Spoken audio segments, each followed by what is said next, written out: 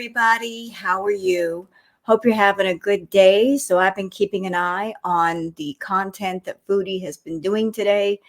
And to be perfectly honest, it looks really, really boring. I mean, really, really boring. She's doing a live right now called Extreme Bees, and I poked and prodded and to see what was going on with it. Just checking in to see what she was saying. She's talking about food. She's eating food. Bleh. So I don't want to react to that. What I would like to do today is do a retro react. Some of you on my channel like the retro reacts. Uh, some of you that are jumping into girl world, perhaps you weren't around during the time of Crackhead Olympics when Foodie was making the most money. She was seeing Natter, and even though Chantal is a liar and a manipulator, that's when she was the most honest. Excuse me for just a second. Um, so Foodie's not known for telling the truth, but during Crackhead Olympics, she was, in essence, being true to herself. She didn't have the mask on so much. She wasn't working so hard to pretend to be something she wasn't. She took the mask off quite frequently. Part of that was because she was on her home turf. Part of that was because of the money, being arrogant with the money, and I can do whatever I want, and I'm making so much money and all that crap. But she wasn't being as phony uh, with her identity. So some of you already know about the real Chantal. Some of you have been around since Crackhead Olympics and you are familiar with her old rages. But again, there are some of you that maybe you don't know about it. And Chantal always gets bothered when reactors react to her old content because it brings it back up. She would rather all of us just forget about the stuff she used to do and the things she used to say. She does like to use deflection tactics of look over here, don't look over there. Pay attention to my new content versus my old content. But for those who have not witnessed Chantal being Chantal, like really being herself, that's why I'm doing this retro react today. A word of warning, some of you in my audience, if you are offended by profanity, naughty language, there will be a lot of it in this video react, and not by me. It's Chantal and her dirty mouth. So just a word of warning to those of you that you take offense to the naughty language. Just pre-warning you, she does use a lot of it because she's angry, she's in the car, she's driving, she's talking about Natter. What sets her off is that Natter has revealed that she was using fake accounts to talk to Natter when she shouldn't have. Like, she made all these allegations about Natter, saying how abusive he was, and then she was sneaking around talking to him and seeing him going to motel and hotel rooms, going over to his house. The Beezers always knew when she was going to go see Natter because she would just sneak off with some lame excuse and then not come back. I mean, everybody became familiar with her patterns. And then when they would call her out for it, she would get angry, she would deny, she would block people, and she just kept flipping back and forth. 1 minute, she's talking well about Natter or not talking at all. And the next minute, she's putting him on blast. So I would like to show you this old rage of Chantal's that clearly highlights how much of a manipulative, abusive narcissist she really is.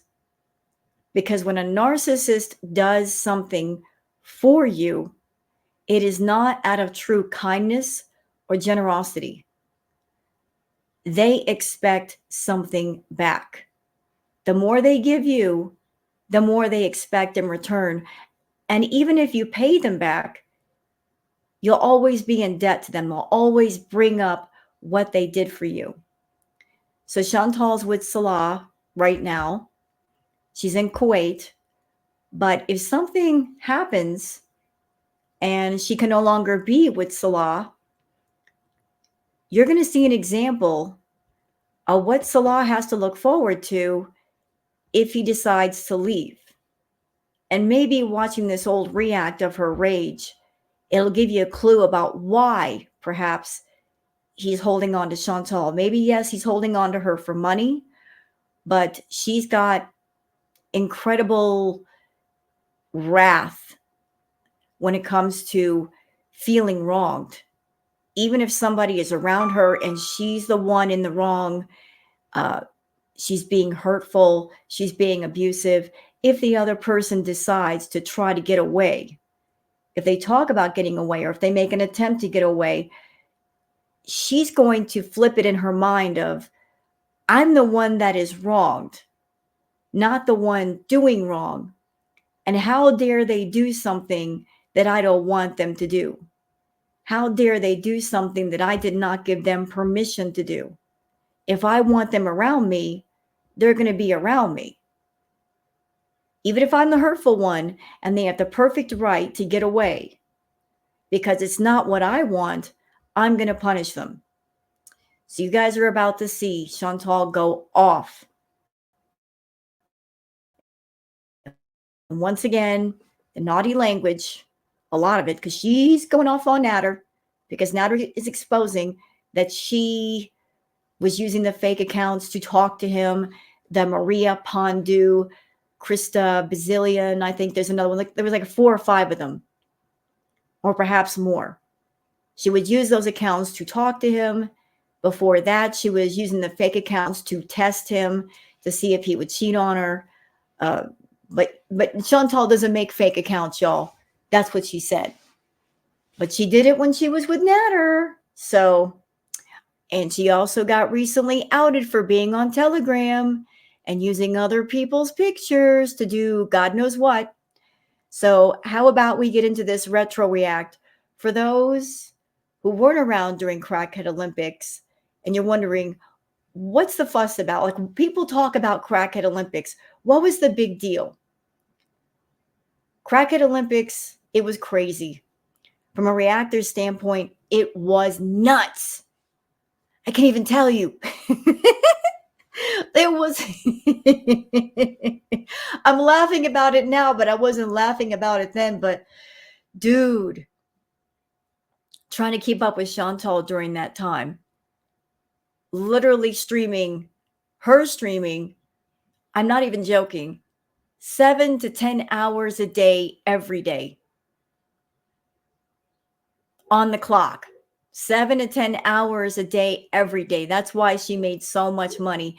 And as a reactor, trying to keep up with it all, whether it's through live reacts or doing recorded videos, which I do, it was a whole thing. It was exhausting. And that's not even counting the dirty deleted streams that she would do. She would want to come on and rage, and you got to catch her in the moment and react to her, even if it's 1 o'clock in the morning, because chances are by morning, if you try to wake up, if you try to sleep on it and then try to wake up in the morning and get it, it ain't going to be there. So it was insanity. It was nuts. Like her and Nat are going back and forth, back and forth, back and forth. On a personal side, for her, it was the lowest point. Financially speaking, it was her highest point. That's when she made the most money. And then after that, things just went downhill because for an entire year, it was high intensity, just foot to the gas pedal, going 120 miles an hour. It was nuts. It was absolutely crazy. You know, nobody on the reactor side could sleep. We were all tired. We were all exhausted, mad. It's like, where is our life? But then after the Nader arc, it just, like I said, just went downhill. But it was interesting during that time. It was interesting because you didn't know what she was going to do, where she was going to pop up, what was going to happen. But again, it was when she was being her most true self. And there wasn't so much of a mask on, maybe a half a mask. But she would often take off that half a mask and you could see the real her versus how she is now in Kuwait, trying to portray herself as something she is not, trying to portray a demure housewife who's married. Chantal, that's not who you are. That is not who you are. It's not who you've been. It's not what you want to be. You're just putting on a costume. And I don't mean the abaya and the hijab. I mean just personality, uh, identity that is not your own. You're trying to treat personality and identity like a suit that you can put on and take off at will. And because it's not who you are, it's not even close. Everybody recognizes that you're being fake and phony. And we tend to call it out. And it makes you angry that you're putting on this suit and you think that you're fooling people when you're not. But you're putting on a suit that it doesn't fit. The suit doesn't fit. And because it doesn't fit, it's too tight. It's too restrictive. And it makes you uncomfortable and it makes you unhappy. And common sense would tell you, hey, if the suit you're wearing doesn't suit you, if it's too tight and it's too uncomfortable, maybe the solution is take it off. But you won't take it off. You'll keep it on for the sake of appearances because with Chantal, the most important thing to her is how she looks in front of the internet. She lives on the internet. The internet is everything to her. Well, at this point in time, with this retro react, the internet was very important to her. She was doing absolutely everything to keep those views up, to keep people watching, have them hanging on the edge of their seats. What's Chantal going to do now? I mean, she kept raising the bar so fast and so high, she had reached a point where she couldn't raise it anymore. She couldn't do anything else to shock us. There was no part of her body that we hadn't seen, no disgusting, offensive act or word that she hadn't done or said. She just ran out of ideas. So when she ran out of ideas, the only thing she could do was just go back down the hill and start again. Instead of shocking us with taking her clothes off, shock us with putting her clothes back on and putting on a completely different appearance and character, which she's done in Kuwait. So enough said.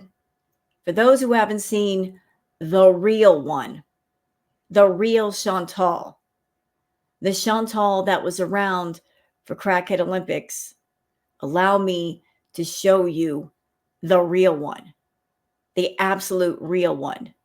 And you're going to see that manipulative, twisted, evil, controlling, possessive, clingy narcissist at work. Pardon me. I would like to pull up the video, and this video is courtesy of a channel called Hot Wasabi. And they post a lot of Chantal stuff. Great channel. Absolute great channel. Please check them out. I will leave a link down below in the description if you guys want to check out Hot Wasabi. Check out all their content. So if you happen to like this retro react, maybe some of you, if you are not familiar with the old Chantal, you can check out Hot Wasabi. They got a lot of the great older content, and you can see for yourself just how crazy and insane it all was for yourself. All right. Let me just go ahead and share the screen. Okay. And I'm going to slow it down just a little bit because the audio is turned up a notch as far as the octave of the voice, and it's speeded up a little bit so you guys can hear. But y'all ready? Y'all better get ready. Because I'm telling you, it's a lot, man. You get a cold drink, get a sandwich, and lock in. This is going to be a lot. She is mad at Natter because Natter exposed her fake accounts, and you can't do that with a narcissist. You can't expose them like that. They're going to get mad. Here we go. I don't know. Like, why did you call me Krista B.I. Zion? Why did you call me that? Why did you call me that? She knows what it means. She knows that's the name of one of her fake Facebook accounts. She knows. When a liar like Chantal gets caught, when a narc gets caught, and they haven't had time to make up a lie, make up a story to cover, it's like they get mad because it's like they don't have time to prepare to cover up their tracks because the tracks have been exposed. Answer me. Oh, really? So he wants to admit that he was seeing me when he was on probation? Is that what he's doing? Oh, okay, let's go there. So, you stupid motherfucker, you broke the law.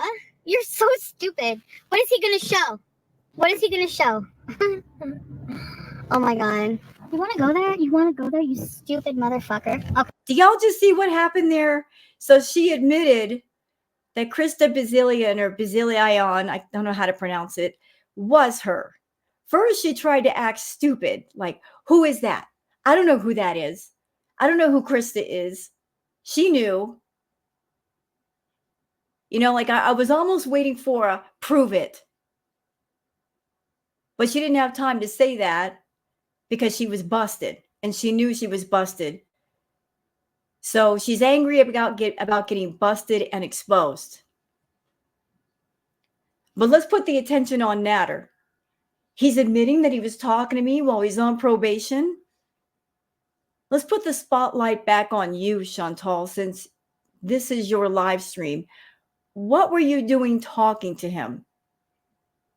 I remember all those live streams where you were claiming all kinds of abusive things that he did to you.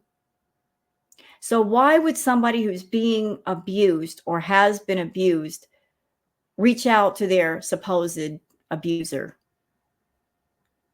Like talking to them on the sly, talking to them on the down low.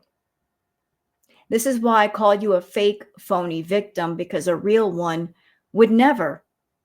Somebody who's really been hurt would not want any kind of contact with a person who is responsible.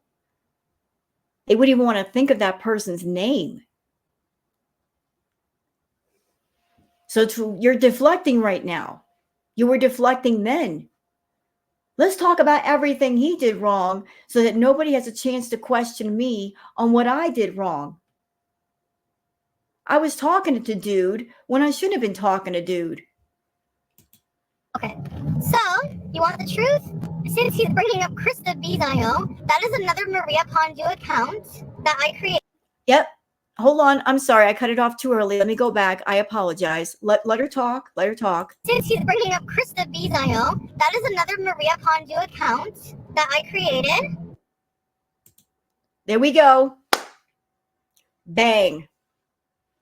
But Chantal doesn't catfish anybody, y'all.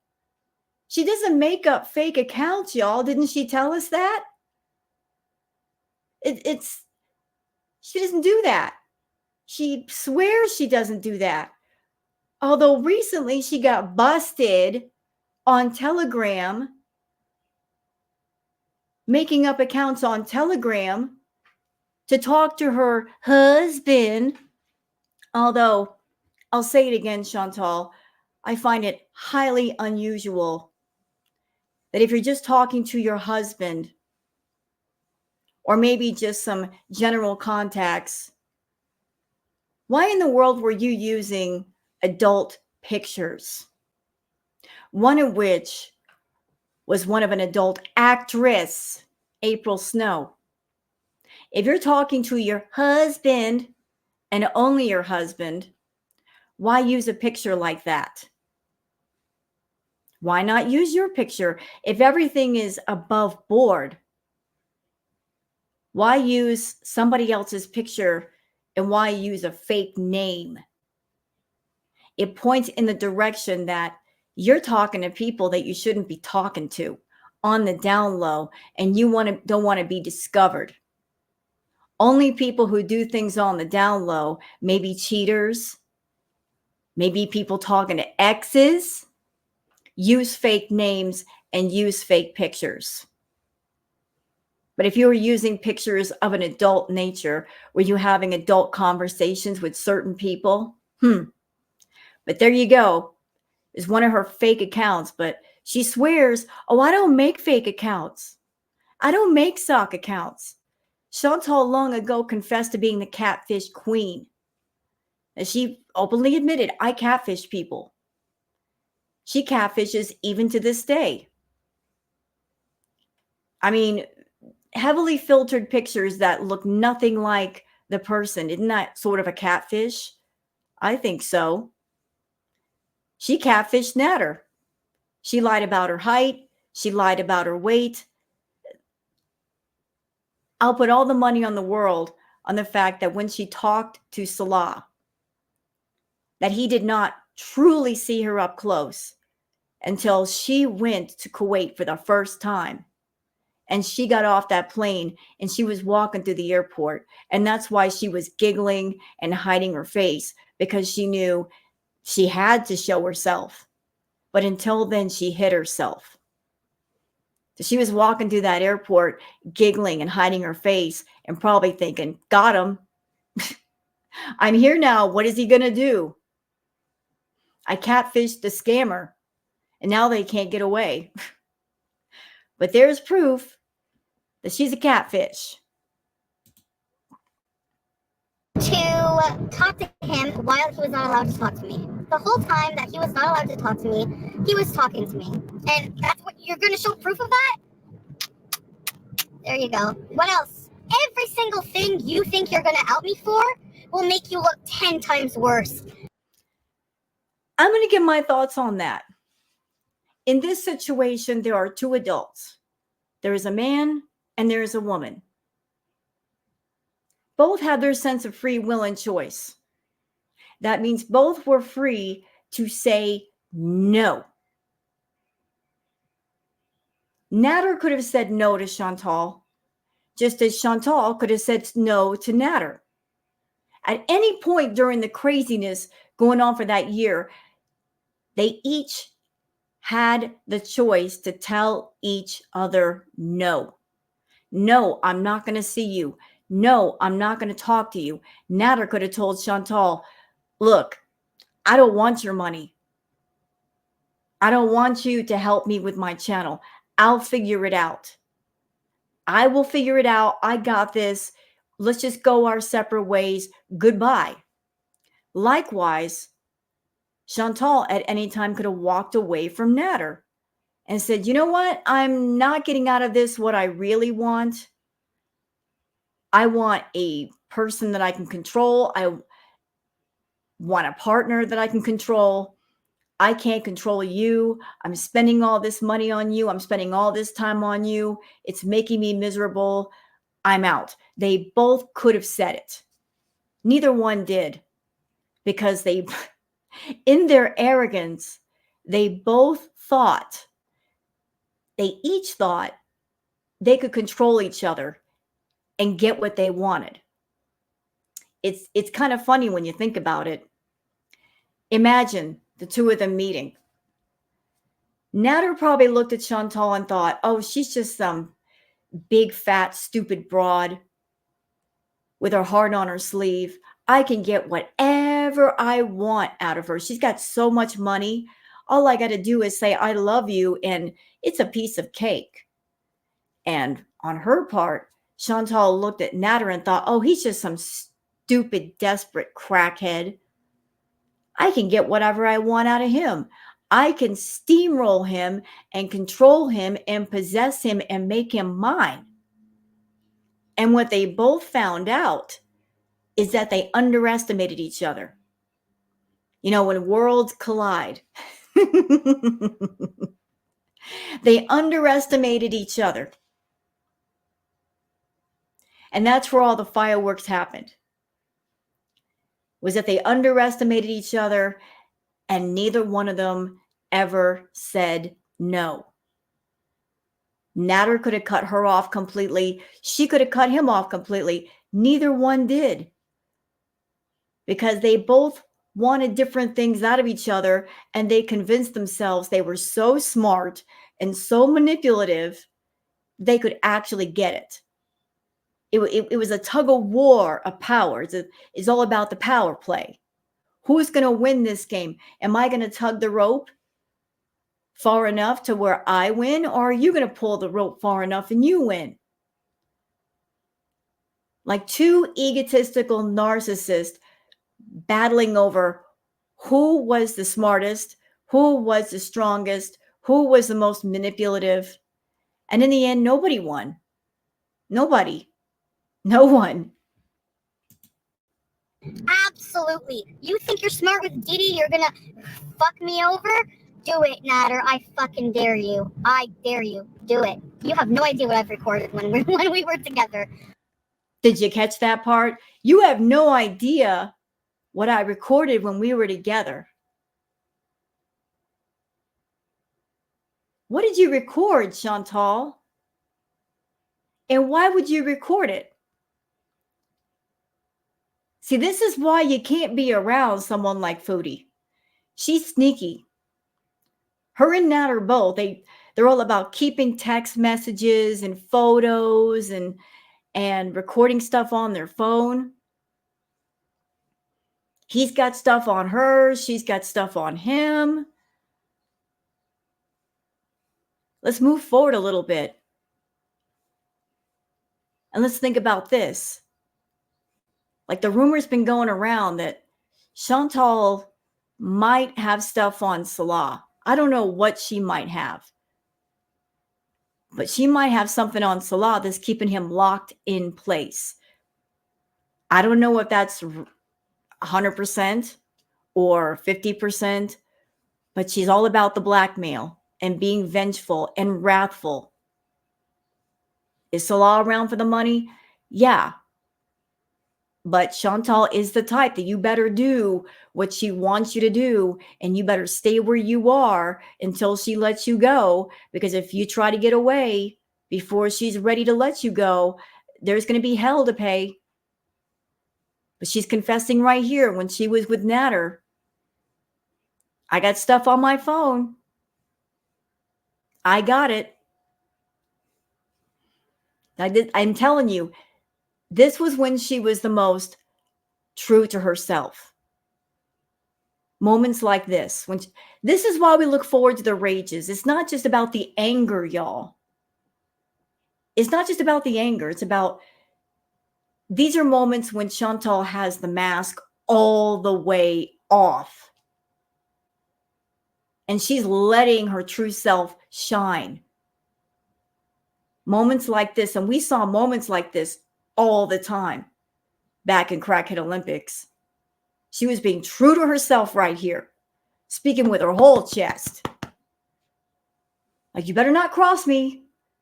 You don't know how far I'll go. She's a weak person that she finds power in controlling and manipulating and hurting other people. That's where she derives her power from, her strength. So she's been exposed and she's showing her manipulative, evil strength right now. You have no idea what I have recorded. Do it. Are you fucking serious? So Krista Bizano, yeah, I made an account to message him like privately because obviously being careful, I wasn't legally allowed to be with him. And why is that? Why weren't you legally allowed to be with Natter? Because of the allegations you made. You got online crying and alleging all kinds of abuse. So it was because of the things you said and the things you alleged that made it to where legally you're not supposed to be around Natter. You went to the cops and you said, this person is hurting me, has hurt me. You put your business out there. You contacted law enforcement, got them involved, not for justice, for revenge. You were angry because another woman came into the picture, courtesy of you, because you chose to put Nader online. You wanted him online with you. So you created a channel for him. You created the Nader El Shami channel from the ground up. You filmed all the content. You made the thumbnails for him. You even bought all of the food that he used in the cooking videos. You would go to Adonis and Farm Boy to buy the food. You paid the phone bill. You paid the internet bill. You paid the rent. You paid for a new iPhone and a new iPad to this day that he still uses. You chose to do all of that, not out of generosity, because every single little gift that you gave wasn't really a gift. It was a means to maintain control. And those things that you did were to be used as leverage to throw in his face if he decided to buck up against you. Oh, I did this for you, and I did that for you, and I pay your rent, and I pay your phone bill. Yeah, that's how narcissists work.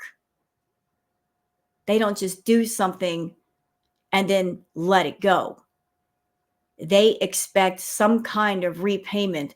The moment you accept something from a narcissist, you owe them, and then they own you. They feel like they own you.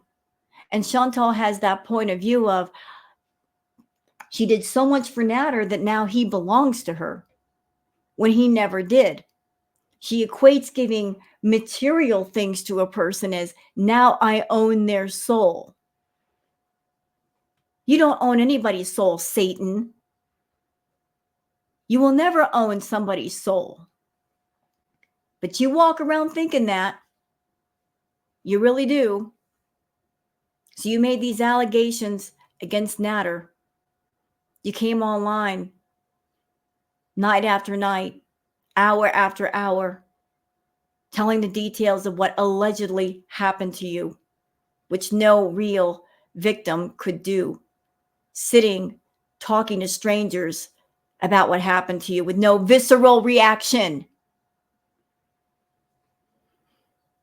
And you got thousands of dollars in super chats that entire year because there were people in your audience, they've gone through some stuff and they felt a sense of empathy and sympathy. And I'm so sorry you went through that, Chantal.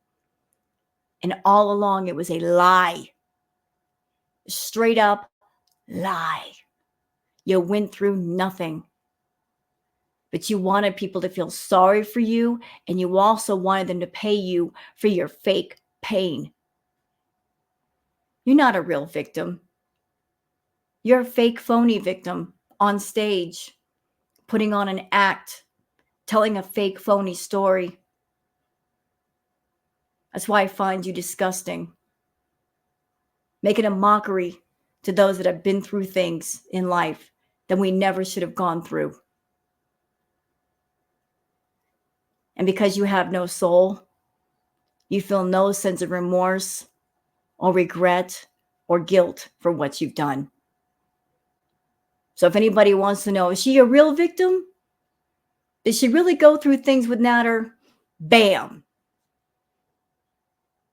If she really went through stuff with Nader, would she have been sneaking around, seeing him, reaching out to him on fucking Facebook with her fake accounts? No. No. No real victim does that. No real victim wants to. But we did. If I don't lie, he goes to jail. So I had to lie about it. But he's gonna bring up Krista Bizayo and show our DMs when he fucking calls me on Messenger. And he's like, hey, first thing he says, you fucking Cuba? And I'm like, yeah, I did.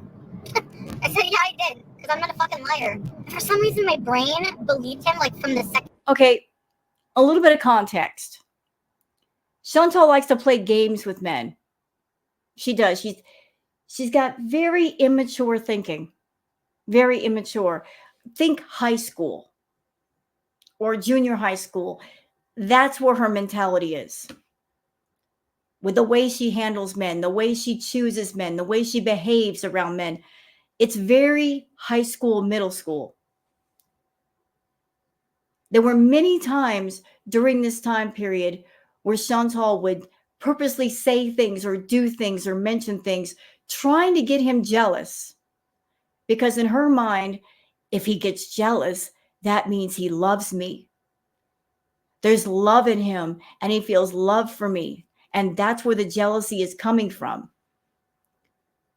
Nader never loved Chantal. Again, he's a narcissist just like her. Narcissists are incapable of real love because real love is giving, it is generous, it is caring, it is nurturing. It is not selfish. It's not self-centered, self-absorbed, me, I. The only thing that Nader was thinking about during this time, the only concern that he had was that she was the cash cow with the money, that he wanted all to himself. And he didn't like the idea that another man might come in and get into the sugar baby position and he would be kicked out. So it was never about love between these two. It was about control, manipulation, and possession. But she went to Cuba. And she's saying that she told him that, yeah, I was with another man. Again, very high school. Very high school. I don't know exactly what she was expecting from Nader telling him that. If he would just say, oh my God, I don't want to lose you and let's be in a relationship. Maybe she was hoping for that. That never happened. That never happened. They fought like cats and dogs. It just, her attempts at jealousy or trying to triangulate herself between two men and have them fight over her, which she loved to make happen. You know, example, she would go to Pete's and talk trash about Nader to Pete's, and then go to Nader and talk trash about Pete's to Nader, just so both men hated each other and would fight over her. So she likes to play these little immature games, trying to find some validation of love. And Chantal, I don't know if you'll ever watch this react, but you're a 40-year-old woman. I'm 53. You're an older woman, but we older ladies don't claim you. You can't sit with us. And if I ever saw you, I'd take your older, mature woman card away from you because I don't think you should be carrying it. I don't think you've earned the right yet. I think you need to grow up a bit. But if the love is real, you don't need to validate it through immature acts like this. You'll just know it's there without testing people. Stupid. Second day I met him when he was like, I don't cheat, I don't lie. That's like stuck in my brain and I can't scrape the fuck out and it sucks. So I believed him all this time up until like the other day, okay? Anyways, so he calls me, I'm in Gatineau, he says. Dee Dee paid for an Uber for him to come down. Like, are you sure you want me to talk? Because you'll look so much worse. You will always look so much worse. You do not want to fuck with me. You do not want to fuck with me, Mr. fucking Green Bean. Trust me and believe. Shut your mouth. Take the loss. Keep doing your shitty cooking videos with do and shoot eyebrow. And just shut your mouth while you're ahead. Because you know what? You're going to look so much worse. So much worse. Are you insane? You do not know that I have bank statements? So much proof? Like, that will make you look so bad? So you better shut your mouth. Okay? Bank statements from what? So where do we start this conversation? We started it with her being exposed for talking to him on Facebook. So how does that translate to bank statements? That was an admission right there, I feel. A confession. Why do you need to show bank statements? What would be on the bank statements? All the stuff that you have paid for Natter, all the money that you've given to Natter. Chantal, understand that he didn't rob you. He didn't take your debit card and go to an ATM and draw money out without your consent. You gave him everything. You paid for everything out of your own pocket by choice. And all this talk of, you're going to look so much worse. Again, we're going to go back to, these are two adult people, and they both had the choice to walk the F away. And neither one of them did. And it's not a matter of who is the worst one of the two of us. You're both guilty of doing bad things and making bad choices. So just because maybe perhaps he does look worse in some respects, it doesn't relieve you of looking bad yourself. You still look bad. Well, actually, go. Expose me for what? Expose me for what? Loving you? Messaging you and telling you off after I think you're cheating on me? Fuck that. Fuck that. You did this to yourself, Natter. Grow up, learn something, learn from this experience, learn that you've been a piece of shit for a whole fucking year. Own it. Apologize. Own your shit. Grow up. Be a man. Make your own fucking money. Get your own... That. Make your own money. As if Chantal would allow a man to make his own money. Remember the last man, Chantal, that made his own money, was independent, took care of himself. Remember the last man in your life that did all of that? How did you treat him? Yeah, I'm talking about BB. You remember BB. Good guy. Honest guy. Hardworking guy. Went to work, paid the bills, paid the rent, took care of you. How did you treat BB? How did you repay BB for being a great guy? You lied to him. You caused a roach infestation in his house because you were hiding pizza boxes in the closet because you didn't want him to find out that you were sneak eating. You cheated on him. You did him dirty. This is how you treat guys that are decent and hardworking. You don't appreciate them and you walk all over them. Hence the reason why Natter, I'm sure, came into your life. And then Salah. You know, life handed you a couple of good guys. I mean, Pete did love you, treated you okay, I guess. You walked on him too. So since you walked on two good guys in a row, the universe said, okay, I guess she's got to learn. I guess she's got to learn that you can't do that to decent people. So let's just throw a couple of scumbags in her life to wise her up a little bit. Although you haven't wised up. You have not wised up at all. You should have learned your lesson with Natter, but you didn't. So now, in essence, you're in summer school with Salah, repeating a lot of the same patterns, and you still haven't learned the lesson yet. And it's been 2 years. I don't know if you ever will, but you're stuck in that circle. You're stuck in it because you haven't learned. You are still hell-bent on finding a man, controlling him, possessing him, owning his life, controlling his life, making him miserable, holding on to him when you know he doesn't want to be there because you just won't let go. You just won't let go. Place, and you're lying to everybody about that too. How do people not know you're lying? Where's your job you were supposed to have? Instead of being a fucking lying piece of crap, go online and say, yes, Chantal is right. This is what you need to do on your next live. So she wants him to grovel. Oh, she's right, and I'm wrong, and I'm so sorry. She wants him to grovel. And she talks about how she wants Natter to get a job. She would never allow that. She would never allow the men in her life to have a job. Because that would mean that man would be making his own money, have control of his own money. He wouldn't depend on her money, and she would have less control over him. And a man of standing who has his own job, who is independent, is more than likely to tell her to hit the bricks. That's why after BB, she started choosing men that were codependent, versus independent. Get them used to being taken care of, get them codependent on her money. And then when she felt that she had control, she would just wrap them up in her fist and say, I got you. You're not getting away.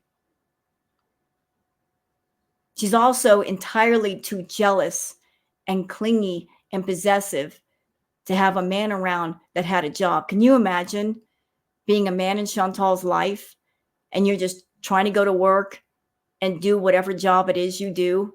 She'd be blowing up your phone, your cell phone, your work phone, calling your boss. Where is he?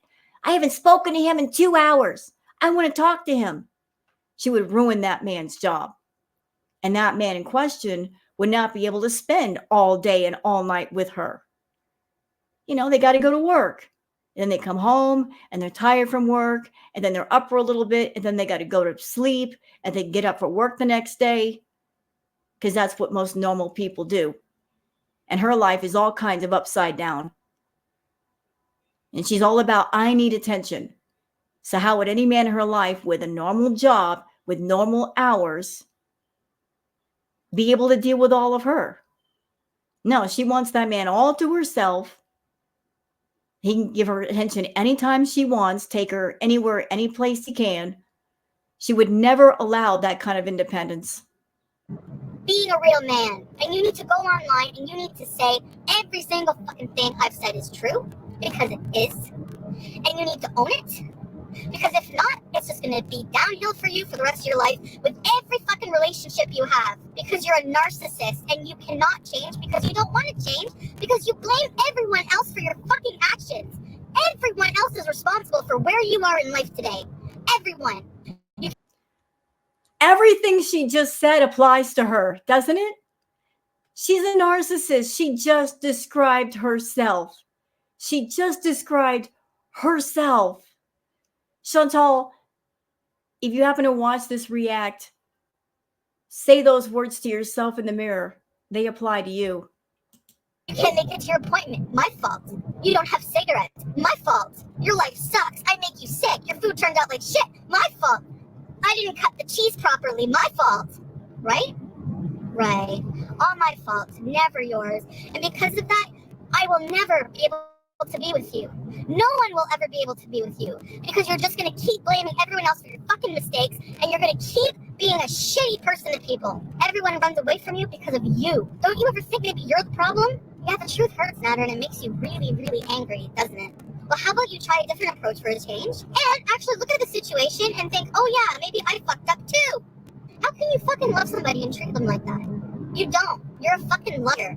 You're nothing but a liar. You've always been a liar. You've always been a cheater. You gave me an STD. You fucking are a piece of crap. And you have some fucking nerve now to come online and try to talk shit about me when you were the one who was a piece of crap for a whole year to me. So I'm done. I'm done talking about you. I don't want you in my fucking life. Your karma's coming. I'm done. So go ahead. Do whatever you want.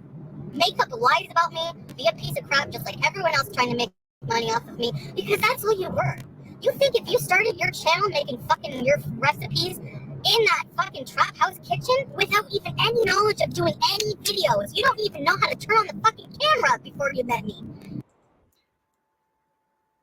And did you ever bother to teach him? Did you ever bother? A whole year, Chantal. You could have been that person that if you wanted Natter online, what you could have done is say, look, you don't know anything about YouTube. So here's what I'm going to do. I'm going to help you, but at the same time, I'm going to teach you what to do so you can do it for yourself. I mean, granted, Natter could have learned stuff on his own. If he cared enough, he could have learned stuff on his own so he wouldn't need Chantal's help. But it, again, goes back around to she wants people codependent on her. Like, I'll do everything for you. Don't worry about it. Don't worry about it. Again, she's not being generous. It's about creating a toxic system of codependency. She could have taught Natter, this is how you make videos. This is how you post videos. This is how you do thumbnails. These are the apps that you use. Here, let me sit down with you for a day or two and explain this stuff to you so you don't need my help. And after a while, take the training wheels off and let him do things himself. But that would mean he would be independent of her and would not need her help. And she was not going to allow that. Let me just create an environment of not giving him knowledge so that he has to keep coming back to me. And that gives me a reason to go to his house and spend time with him. It was always about spending time with him, making sure to spend the most time with him and having a reason to call him and spend time with him. Funny behavior for someone who claims to be a freaking victim. And now you have a platform, and at least you're making something.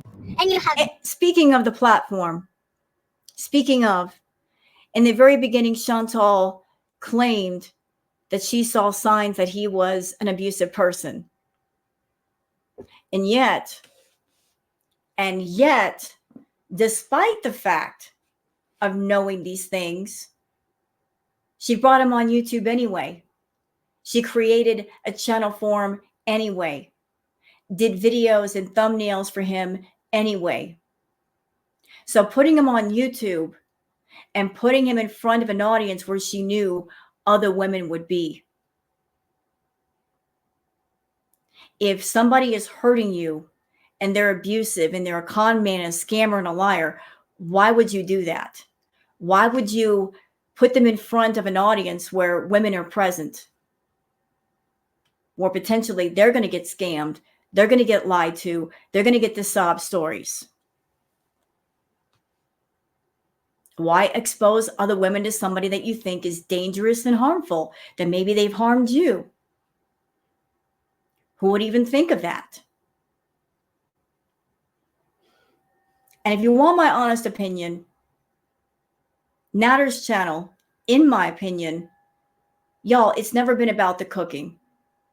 His cooking has always been trash, absolute trash. There was no sense of care taken to detail about showing appealing food or explaining the ingredients and how much of this to that added to this makes that. The cooking thing, it's not about the cooking. It was about having a platform to get in front of people and scam people and lie to people. And the cooking was just a cover. That's how I feel. That's always how I felt. Because for someone who allegedly likes to cook, you can't see it in the content. You can't see close-ups of the food. Nothing is explained. And it's been a while. There's no excuses now. He's been on YouTube a while. Things should have improved. It's always been about, let me get in front of an audience of people and make money off of them with drama and potentially be talking to people behind the scenes and tell a sob story and get extra money through PayPal or whatnot. So the food has always been a cover for the real reason why that channel exists. Me to thank for that. So you know what? I've done more good for you. If we list all of the things I've done for you in life in the past year versus what you've done for me, I think I'm the one getting screwed over here. And I think I have a fucking right to say it.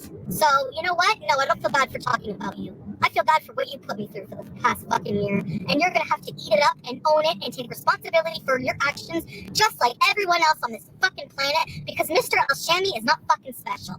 Okay? Well, part of what you went through is part of what you put yourself through, Chantal. You could have said no at any point. You could have said no. Natter never had a car. Doesn't have a driver's license. Every time that you saw him, you drove to his house. You had your own money, your own car, your own place to stay. You had YouTube. There was no reason to go to his place. There was no reason to keep talking to him. If things went sour, you should have cut it off. So once you found out that he was a hurtful person and there was the appearance of some kind of friction or trouble, you should have bailed. You didn't bail. You hung on and hung on and hung on because maybe for the first time in your life, you encountered somebody that told you no, and it intrigued you because nobody ever told you no. You're a bit of a spoiled brat that way. So you were intrigued, and that made you more feverish to control him, to own him, to possess him, to have him claim you. And it never happened, no matter what you did, no matter what threats you came up with, no matter how many times you went to the cops, no matter what lies you told, it still didn't happen. And Salah, Salah is just a stand-in guy for who you really want to be with and who you want to be around. Because you guys can see, you can hear this level of rage. Have we ever heard that with her and Salah? No. Even when the whole Kybella thing happened, it was nowhere near any of this. I mean, this is a whole different level of rage. When I said in one of my previous reacts that the Natter level of rage is not the same as the Salah rage, this is what I'm talking about. And why is there a difference? Because the heart wants what it wants. And let's be real. She still longs for Natter. She's still attached to Natter. I don't care what her mouth says. Her actions speak louder than her words. I think they're still in contact. They never stop talking. Natter might be getting money or whatnot out of her. I keep seeing it in my cards over and over. So have other people. You're still talking to him, Chantal. You never stop because that is the one you want to be with even to this day. And maybe you spiraling and flipping out these days has to do with the fact that you know he's going to trial in December. And if he goes to trial and if he goes to prison or jail, that's it. Game over. So you're upset these days because of that. Like everything has been set in motion. There's nothing you can do. But you're living with a man that doesn't love you. You don't love him, honestly. He's there because there's no one else to replace him. You don't have the money nor the game anymore to replace someone like Salah. You don't have enough money to tempt another man to step into Salah's shoes. No one's going to put up with you the way that you are. Salah's the last one. The last sucker that you can sucker into your game. And that's why you're hanging on so hard to him, because you can't find a quick replacement. But go ahead, keep going. We'll see if Dee Dee... You fucking geriatric comb-over bitch. You fucking laughing at me for having a chin. Look at you. This is you. Thanks, Natter, for everything. Have fun in your purple bed that's soaked with my juices, bitch. Goodbye. The purple mattress? Take that white layer off. It's sunk into the mattress. Dee Dee, every time you sleep, you're sleeping on me. On my DNA. You are... Oh my god. You're such a fucking liar. You're an idiot. And Alyssa, I'm blocking you for supporting him. Screw you. Anyone who supports him, and I see in his chat, I'm blocking.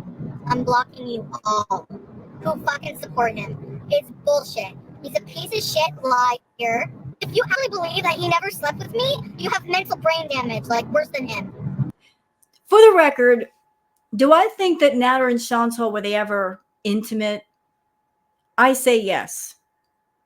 I think they have been intimate. I mean, they had to have been. I don't think Chantal would have given the amount of money that she did to Natter for all the time that she did unless something intimate happened. What happened, I cannot say. I know that Natter was on a great deal of party favors. So maybe things happened because of that or helped with that. But I think they were intimate. But I don't think it was a case of I'm intimate with her because I love her. I think it was a case of I'm intimate with her because this is how I'm keeping her on the hook. As long as I give it up every once in a while, she'll stick around and so will her money. And I'm sorry, but Dee, you're gonna fucking open your big mouth now? Because now you don't have to protect him from the law? Maybe his probation officer would like to fucking know. You're full. Oh my god. Did you hear that? So this is the level that she's willing to go when she doesn't get her way and when she's mad. I'm going to go to your probation officer. Little interesting fact. I remember a stream that Chantal did. She was in Natter's house. Natter was there, but he was in another room. She was in Natter's room with a sheet wrapped around her. She was talking quietly. Somebody in the chat asked her the question, have you ever thought about, like, what if Natter replaces you with another woman or wants to be with another woman? And she said, well, I think about that all the time. And then she said, I've got a plan. I'm not as stupid as you guys think. Trust. Something about an Aries. And she sat back with a smarmy look on her face and smoking her cigarette. The moment she said that, I knew exactly what she was going to do.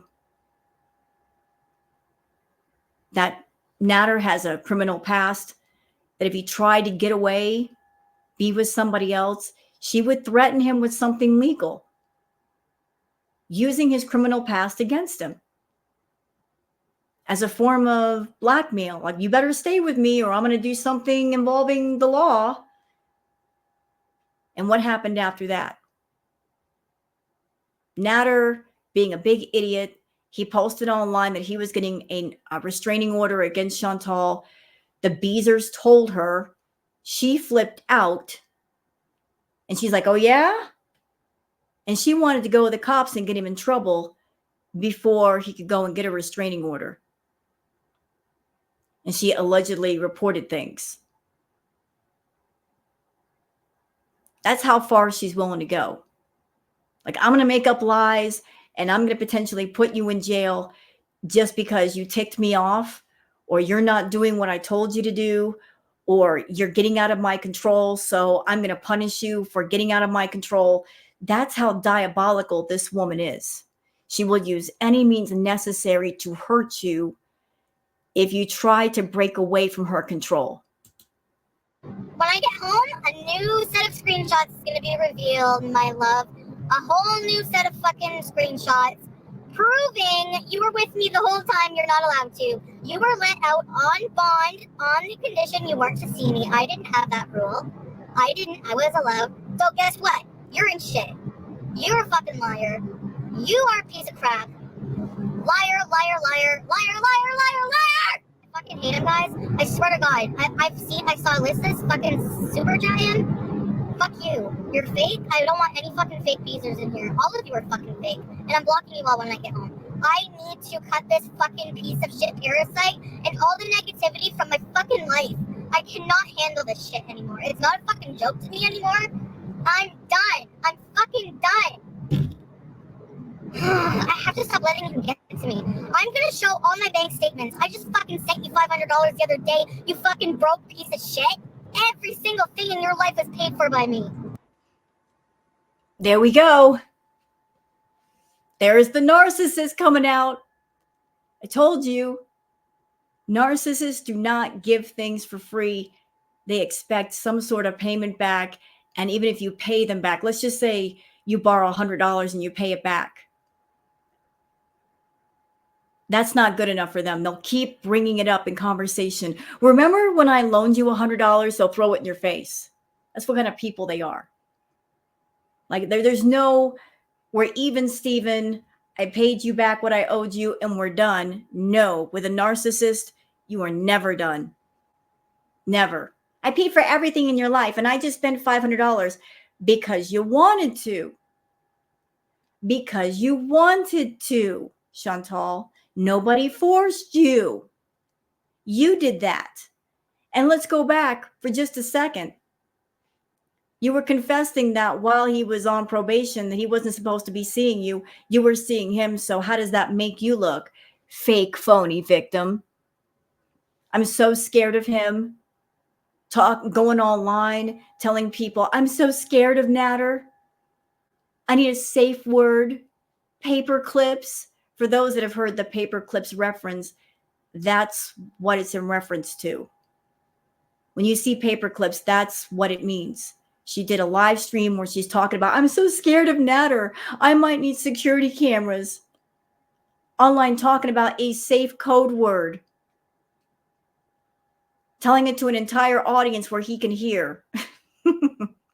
By the way, Chantal, safe words are generally things used in BDSM play. So I don't know why you use the term safe word, but saying a safe word online where you're supposed that abuser can hear it, not exactly the smartest. Okay? Not exactly the smartest. I mean, if you're driving to his house, seeing him, spending money on him, how are you going to use your safe word? If you're driving over there to say hello to him, dummy. Everything. And you're gonna sit there smug on panel with Dee Dee? You fucking... I hate them. I fucking hate them. You wait. You fucking wait. You are not gonna be able to handle what's gonna happen to you when I out you. And you dumbass, I can go back to the cops anytime I want to and repress charges on you for the last time you fucking smacked me across the face at Hotel Monville when I didn't order you fucking octopus. Because you're a piece of shit. Get your own. You fucking grifter. Oh my god, I hate him. So according to her, like, this situation happened, but then she continued to see him. She continued to see him. I mean, she was fine seeing him as long as he didn't make her mad. Now that he's made her mad, she's like, I can go back to the cops anytime I want. So it's not about justice. It's not about I was wronged and I was abused and I was hurt and I'm seeking justice for this wrong. You guys hear it? Do you see it? This is a game to her. It's the game that she's playing. It's just all a game of control. And she's determined to win at whatever cost it comes to her. What matters to her is winning. I mean, she'll play dirty pools. I mean, if it means she wins the game. I just want to throw up. You're a piece of crap. You know what? I should go fucking back to the police station and be like, this guy is fucking, he hit me, he's still talking shit about me, and get another fucking peace bond on him, because that's fucking bullshit. Like, I'm serious. Like, he's gonna drive me nuts. Like, I cannot deal.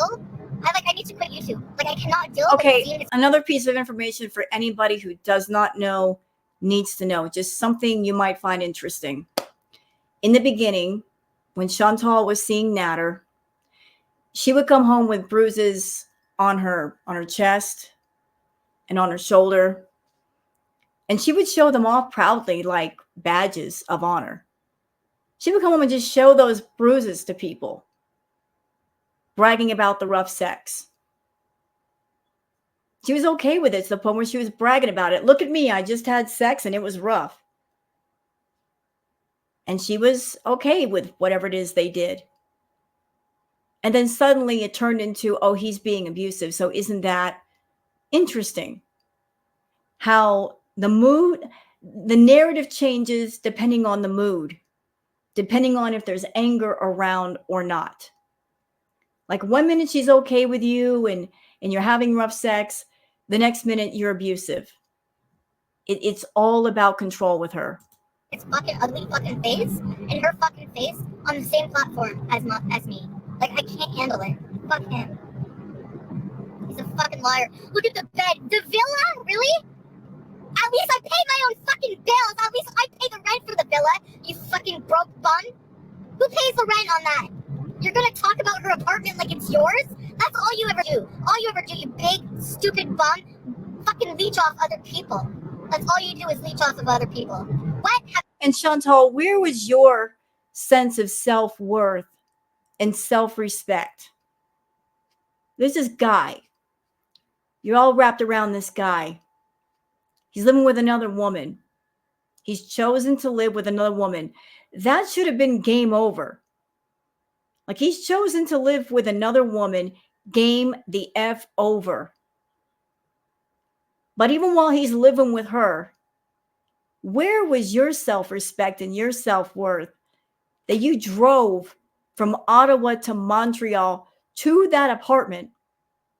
And by your own admission, you not only drove all that way to that apartment, but you walked in that house and you had sex with Natter in her bed.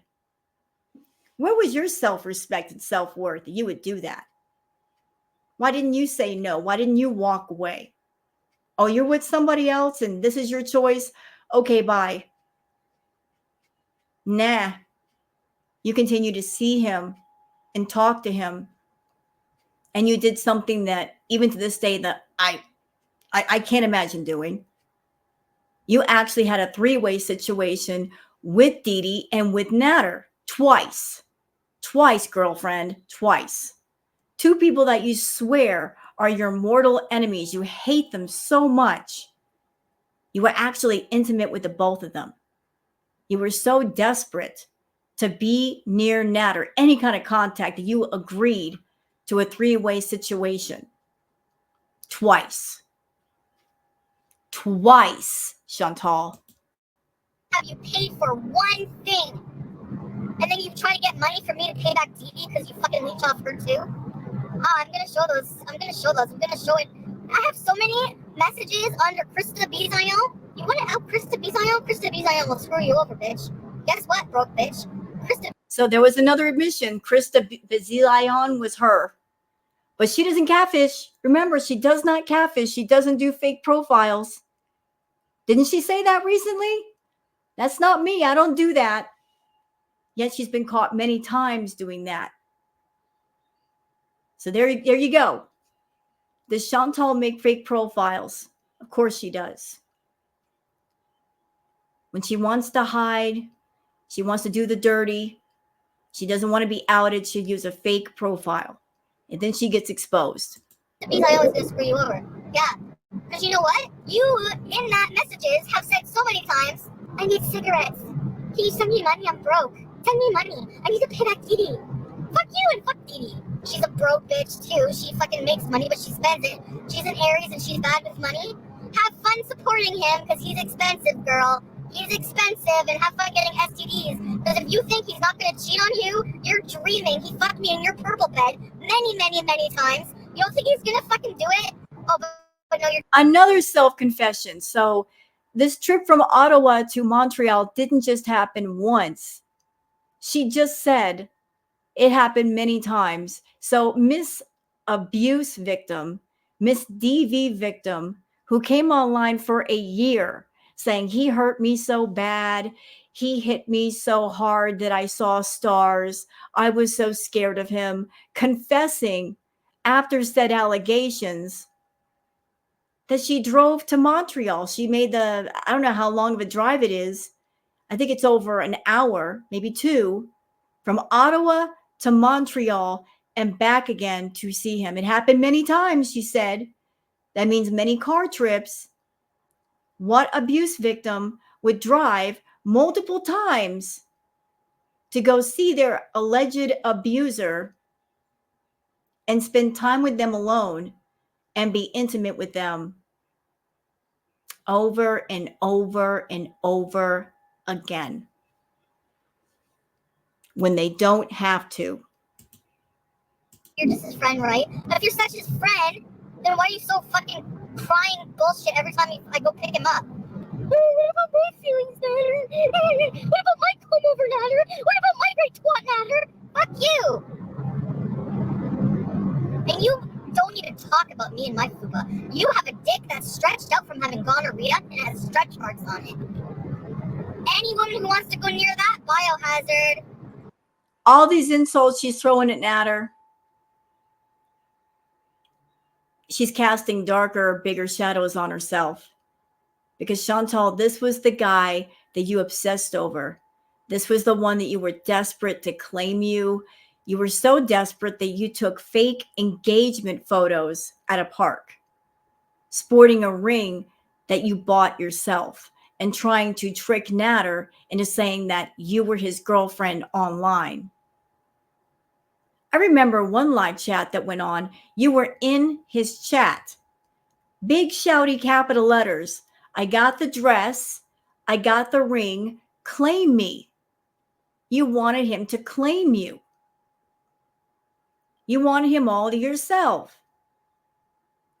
So all these things that you were doing for Natter for a year, that was the finish line that you hoped would show up. If I do all these things for him, if I buy him all these things, if I pay his rent and pay his bills and buy him an iPhone and treat him to weekend getaways at a hotel, the end goal is he will claim me and he will marry me and I'll be his woman. So you're sitting there throwing all these insults at Natter, and I don't doubt what you say is true, but this was the one you wanted. And you did a video where you were also saying, I am addicted to this man. And anyone who's ever watched Chantal, one thing you should know about her, this is a woman with many different addictions. She's got an addiction for attention. She's got an addiction for food, maybe certain party favors. And none of those addictions, none of them are in recovery. And what happens when you have an addiction to something or someone and you don't go into treatment or therapy for it?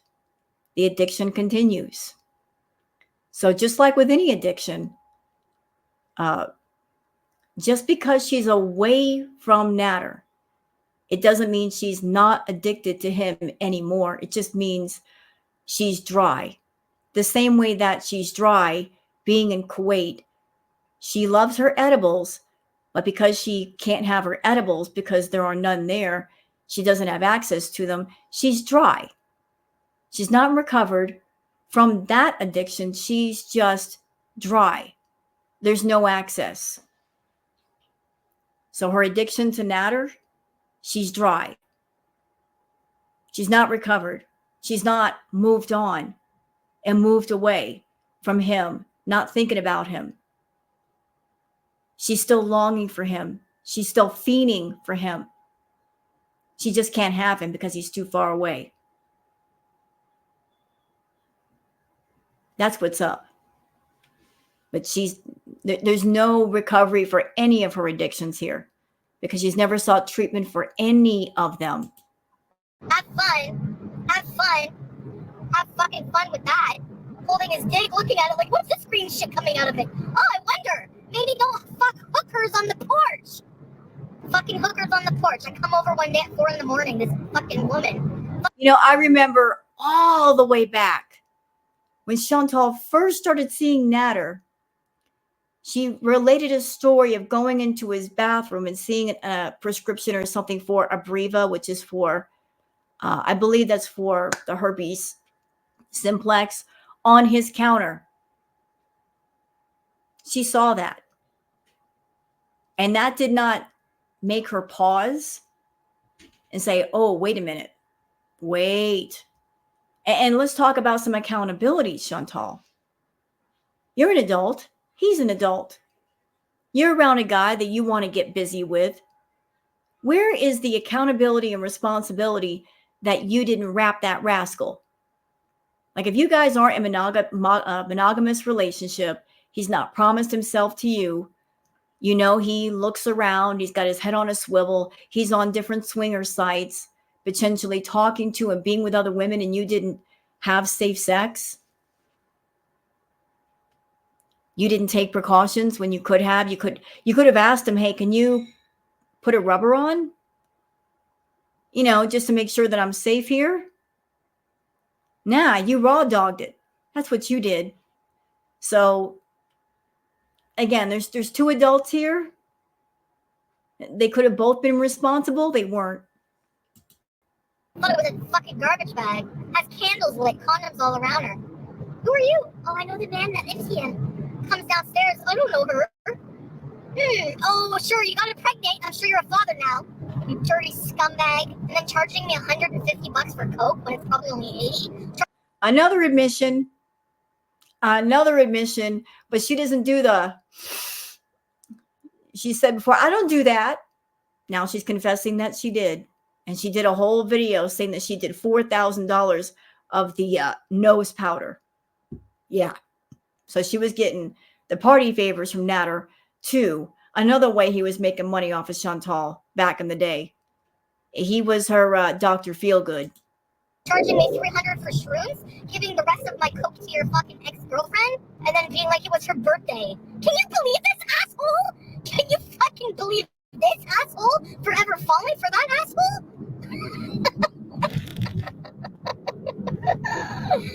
Dude, lay off the speed. Everyone could see you. Like, you're fucking insane. Probably gonna fucking die of a heart attack or emphysema the way you smoke cigarettes and drink wine. Now you and Didi can be drunkies together at night.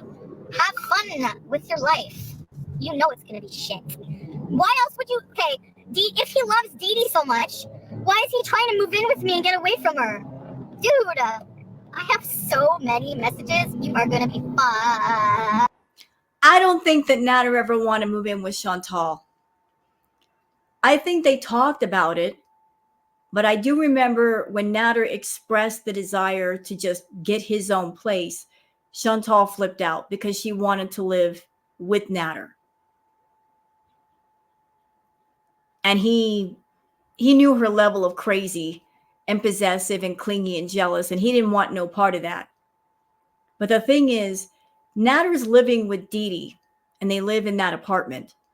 So Natter, being the scammer and manipulator and liar that he is, you know, if he's going to go from an apartment like that to something else, it's got to be better than what he's leaving. It's got to be a bigger, better deal in the works. And Chantal didn't want to do it because, again, she's a narcissist. And it's like the more they give you, the more they do for you, the more they expect in return. So a big purchase like that, like setting him up in an apartment, yeah, you better be ready for living with Chantal, because that's what she's going to expect in return for doing something of that magnitude. But I do remember a point in time where she lied to Natter, and she gave the impression that she was going to get him an apartment. She lied to him and said, oh, yeah, I'll get you an apartment, knowing that she had bad credit, that she would probably get turned down. But she used that as a manipulation tool to get more extra time with him. So he did spend extra time with her. And then when he figured out that she was lying, he was beyond angry. But Chantal was happy because she got extra time with him, and she didn't care if she was lying or not. And by the end of it, Didi's gonna want to kick your ass out too. So where are you gonna go? Huh? Where are you gonna go? The Ferris wheel? You probably don't even have money to ride the Ferris wheel. Ugh. You fucked with the wrong one, Natter. You made me crazy. This is your fault, so you can eat it up and live with the consequences. I don't feel bad for you at all. So what else happened in our non-relationship? You know what? Actually, by making videos talking about things that happened to me while I was with you, I could probably earn some of my fucking money back that you took from me. That part. Everything is content to Chantal. These are two adults. These are two adults we're talking about, y'all. Two grown people. They could have gotten on the phone with each other and talked it out or yelled it out or screamed it out. They never did. Chantal treats everything as content. She could have gotten on the phone with Natter and said these things to him. But she's like, oh no, I can make money off of this. So I am. I could turn all this drama into money, into profit. You piss me off? I'm going to get online and make money with being pissed off. That's exactly what she did. You know, two grown people who really should be handling their business in private, making everything public for a reason. To make money off of the drama, the back and forth and involving the audience when they didn't have to be involved. You know, they're not part of this whole thing, but Chantal and Natter made them a part of the whole thing just to make money off of all of the ugliness that was going on between them. I did give you the money because I fucking loved you, or I thought I loved you. Shame on me. he like obviously cannot leave DD's because I said no for the apartment. Now he's fucked.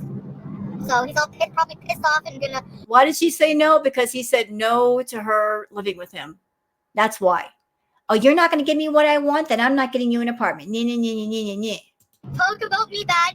You look like a dumbass. You know that? Like, I'm not on here talking about how ugly you are and everything because I fucked you. So I'm not going to look like a stupid asshole talking about how gross you are all the time and how fat and ugly or how scrawny and ugly you are because I fucked you. So if I made fun of you after I fucked you over and over, I would look like an asshole making fun of you. Guess what, Natter? You look like an asshole. Yeah, buddy. What is your obsession with Pete anyway? You know he's more of a man than you. He's given me thousands of dollars in the past. He's given me hundreds of orgasms. Actually, the amount of orgasms I've faked with you is incredibly high compared. That was kind of an admission right there. What she just said about Pete. He's given me thousands of dollars. Did y'all notice the order in which she put things when describing Pete? Notice the order. The money came first. Talking about the money and then the sex. So describing Pete, she didn't say, he's really nice, he's really sweet, he really loves me. Her first thought is, he's given me thousands of dollars. You put the man in debt, Chantal. You put Pete in debt more than once. Even when you were with BB, you were still getting money from Pete. Still, when you had no business getting money from Pete. You've used him so many times. I don't like Pete. I'm going to go on record as saying that I'm not a Pete fan. But the way he treated BBJ, I can't say the thoughts on my mind because YouTube will slap me on the bottom and probably give me a strike. But he was cruel to BBJ when he shouldn't have been, because the anger that he directed at that cat really belonged to you, Chantal. You caused it because he's too cowardly to walk up to you and say what he needs to say to you. He took out his anger on a cat that was defenseless and old and weak. And for that, I think he's disgusting. But right is right and wrong is wrong. And you did him wrong by milking him of money and using him the way that you did. But you using people is just a staple in your life. It's a constant. And why would Natter hate Pete anyway? The two men didn't know each other. It all has to do with your mouth. You're the connecting point. You talk trash about each man to each man. You wanted them to both hate each other and fight over you. But they weren't really fighting over you. They were fighting over the money that you provided to take care of them. They both wanted to be the one, the only sugar baby. They both depended on you. It's always been about the money, not about the love. And you really fucked up with Pete. Because of all the men that you've had in your life, I think the only one that's really actually genuinely cared for you was Pete. I don't know about BB, but Pete's definitely did. And look at the way you treated him. You cheated on him, and he was so desperate to hang on to you. He actually said to you, I don't care who you're with intimately, just don't leave me. He was so desperate to hang on to you. And still, you did him dirty. You did him dirty when you left the villa, and you left him with $5,000 plus in damages to pay. You're a horrid, rotten creature. And this is why the universe is handing you scumbag after scumbag after scumbag, because you yourself are a scumbag who uses and preys and abuses and hurts people. You get what you give. If you are an abusive, hurtful person, expect the same. You can't run from your consequences. They'll always catch up with you. So is it any wonder you're living a life right now where you are miserable? Maybe the level of miserable that you feel right now That's how you made other people feel, Chantal. You're getting a little back of what you've given all your life to others. You're getting a taste of your own medicine. So swallow it and shut up. To other men.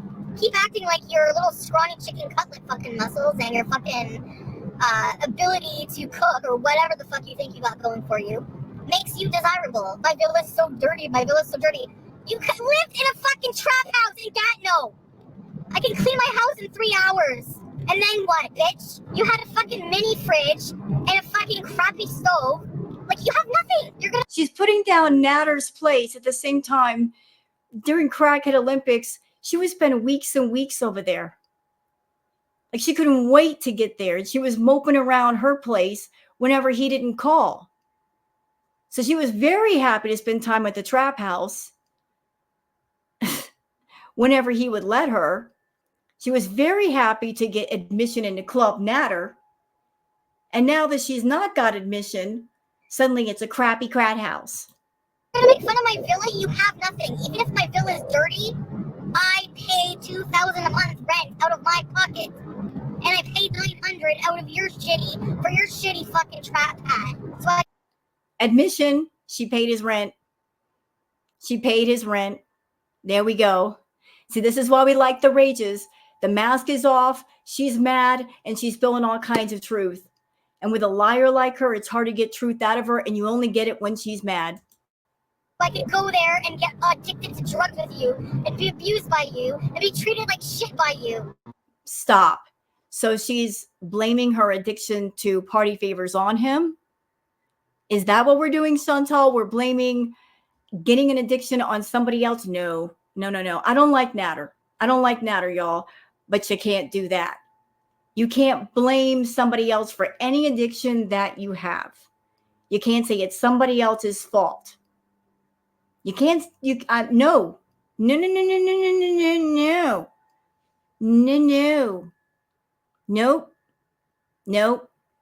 No, ma'am. Nope. Because you got the addiction and you never fixed it. And cheated on by you, and given gonorrhea by you. I asked Dee Dee last time I was over, do you like anal sex, Dee Dee? Yeah. Guess what? You're probably fucking her ass every night, right? You don't give a fuck every time we have sex. Want another man to fuck you? Want to eat so much pussy while I fuck you? Things that specifically, make me fucking uncomfortable, and I hate it. And you still do it just to fucking hurt me. You're just gonna sit there now and Dee Dee's calling. You know what, Chantal? If somebody is in bed with you or wherever, and they want to do a sex act that is painful or uncomfortable, and you just don't want to do it for whatever reason, you have the power to say no. You can say, no, I don't want to do this. And if they insist on doing it, you can always say, okay, since you feel that way, I'm going to go, get up out of bed, put your clothes on, and leave, and never go back. You're an adult. Life is about choices. You could have made the choice to say, I'm not doing this. I'm not comfortable with it. It's painful. That's it. That's all. This is a hard limit, and I am not going to bend it for you. Condo? Dee Dee's condo, not yours. Oh no, honey, I was fucking desperately trying to find a fucking do and a hat for you, just in case you fucked me over and I have to leave you stranded in that fucking apartment. At least maybe you could afford $600 a month. Maybe. Why do I fuck myself over for you? I'm not fucking myself over anymore for anybody.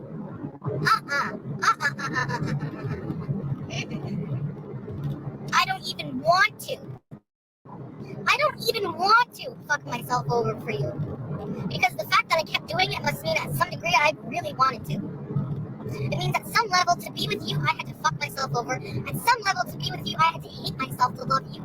And it's not gonna fucking happen ever again. So shut the fuck up about me, and I'll shut the fuck up about you. You keep talking about me, I'll keep talking about you. That's how it's gonna go. You need to look at your life and stop being smug. You have another criminal case going on right now, honey. You need to worry about your criminal case. I hope Dee Dee helps you with that. Maybe she can get a lawyer, since you're so against public defenders.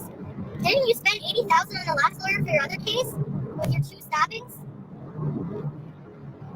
And you lost anyway? I don't know why he doesn't treat you like that. I don't. Maybe because she kisses his ass. Maybe because she takes it in the ass for him. It's sad, honey, that you think you're a boss bitch, but you've been working at the same job for 27 years and they're gonna fire your ass, or threaten to fire your ass, or slap you on the wrist and spank your diaper bum bum over fucking simping for Natter on company time and making up life for him. There we go. There's another one. See, she hates Dee Dee, so it's, again, this goes into, I'm going to use whatever I can to hurt you, even if it means if I can't hurt you, I'm going to hurt anybody around you. Narcissists will do that too.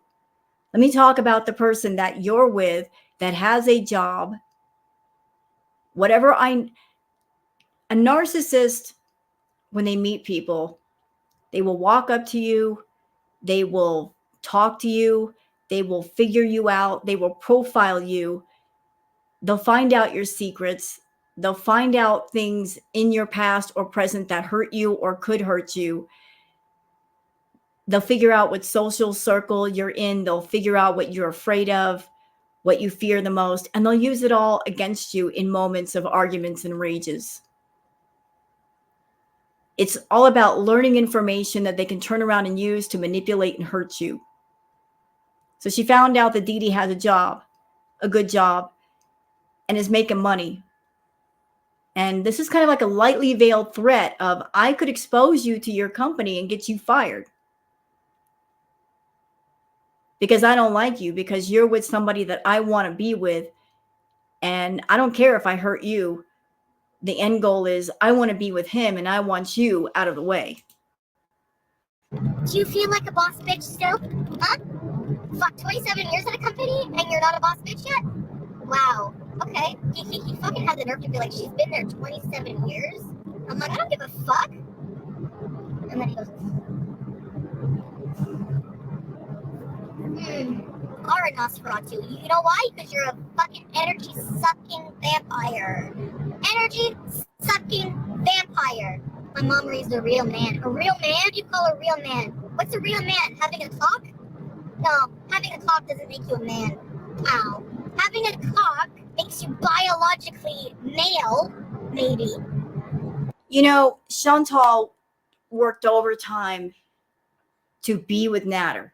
She wanted to be with Natter, and the entire time she was with Natter, she never got it. She never got it. See,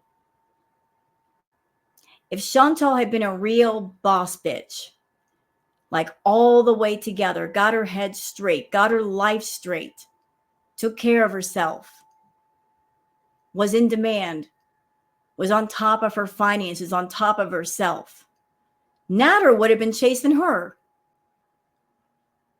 But instead, she was chasing him. Like, in essence, she showed her belly. She showed her weak spot. By showing that level of desperation of, I need you, I'm addicted to you, I can't do without you, I'll do whatever you want, whenever you want, just to be with you. Like, she was showing that she was weak. And he took advantage. She also didn't understand that someone like Natter, Dee Dee, the reason why he's with Dee Dee is not just because of the apartment. I'm sure that is a big perk and a bonus, because Dee Dee knows how to handle Natter. She's much more calm in nature and a bit more submissive. Chantal is not the submissive type. She's very defiant. She's very bossy, controlling, and Natter is the same. So you've got two dominant type personalities that are locking horns constantly, just because they are dominant, because they both want to be on top and they both want to be in control. So you screwed up Chantal with not being in control of yourself, not being a person of worth. You know, you never projected any sense of worth to Natter. So if you're projecting this image of I'm not worth anything, I am worthless, I am weak, and I need, people are going to feel that. People like Natter, and they're going to come running, and they're going to try to plug into that and suck you dry. But then again, you're the same way. You know, like you look for people to plug into and bleed dry. But you never got it. You never got it. That with all the psycho behavior, all of the crazy, manipulative, controlling behavior, all the outbursts, all the threats, every time you did something, in his mind, he's thinking, oh, I'm never going to live with this woman. I'm never going to be with her because we're not even in a relationship. And she's doing the most. Like you're showing every undesirable trait that a person can show as to why another person shouldn't be with them or live with them. Like you were showing a whole bunch of undesirable traits. And trust me, he took notice that if you are this unhinged and you guys aren't even living together, do you think he's going to live with you or be in a relationship with you? No. Hell no. Dee Dee is much more calm. There's more stability there. And it's a soft place to land. So he landed there and he's been there ever since. In short, you are much too unstable. And even scam artists, they look for stability when it comes to things. They look for stability with a soft place to land and a place to be and routines and situations. And you were always unstable. And instability makes people nervous. So the more instability you showed, the more you diminished your chances of ever being with Natter. And that's it. Other than that, biology ain't doing you no favors. Did you know that at any time, Dee Dee and I can both bury your fucking ass? Absolutely. You are nothing. You're a little coward, scrawny little man. I wanted to go home. Didn't want me to go home. You're gonna deny any of that happened. Exactly. Because, yeah, it makes you look bad. But you still did it. You did it. Those are your actions. Nobody did it for you. How are you gonna be a better person if you don't own what you fucking did? At this point, you're just fucking hot air. I'm blocking so many people when I get home. I'm protecting my mental health, my space from now on. Absolutely. When it comes to him and fucking doo-doo, Donald Trump, Stephen Harper, ugly-looking bitch, absolutely. Like, what kind of, like, relation? She's insulting Dee Dee at the same time she slept with her. She was intimate with Dee Dee. Let that sink in. And it happened twice. Sitting there insulting Dee Dee's looks. At the same time, Chantal, you had sex with her. 2 times. 2. Does she have with him anyways? He's on live shit-talking me the whole fucking time. And the only reason you're so mad is because you know I'm right. If I ruined your life, you would deserve it. You would deserve it. Because you ruined mine for the past year. And I'm still having to clean up. I'm gonna have to do nothing but fucking therapy and shit because of you. If you're an asshole to me, Two-Face, I will find out and I will fucking block you. Thank you. We need some loyalty up in this motherfucker. I don't care what you say. Things are being done my way from now on. Period. Why did you have poppers in your drawer anyway? If you were going through your man's drawer and you saw a bottle of poppers, which they use to loosen an asshole during anal sex, he's probably fucking plowing a rat guy. Or the girl on the porch. He's plowing somebody with those poppers.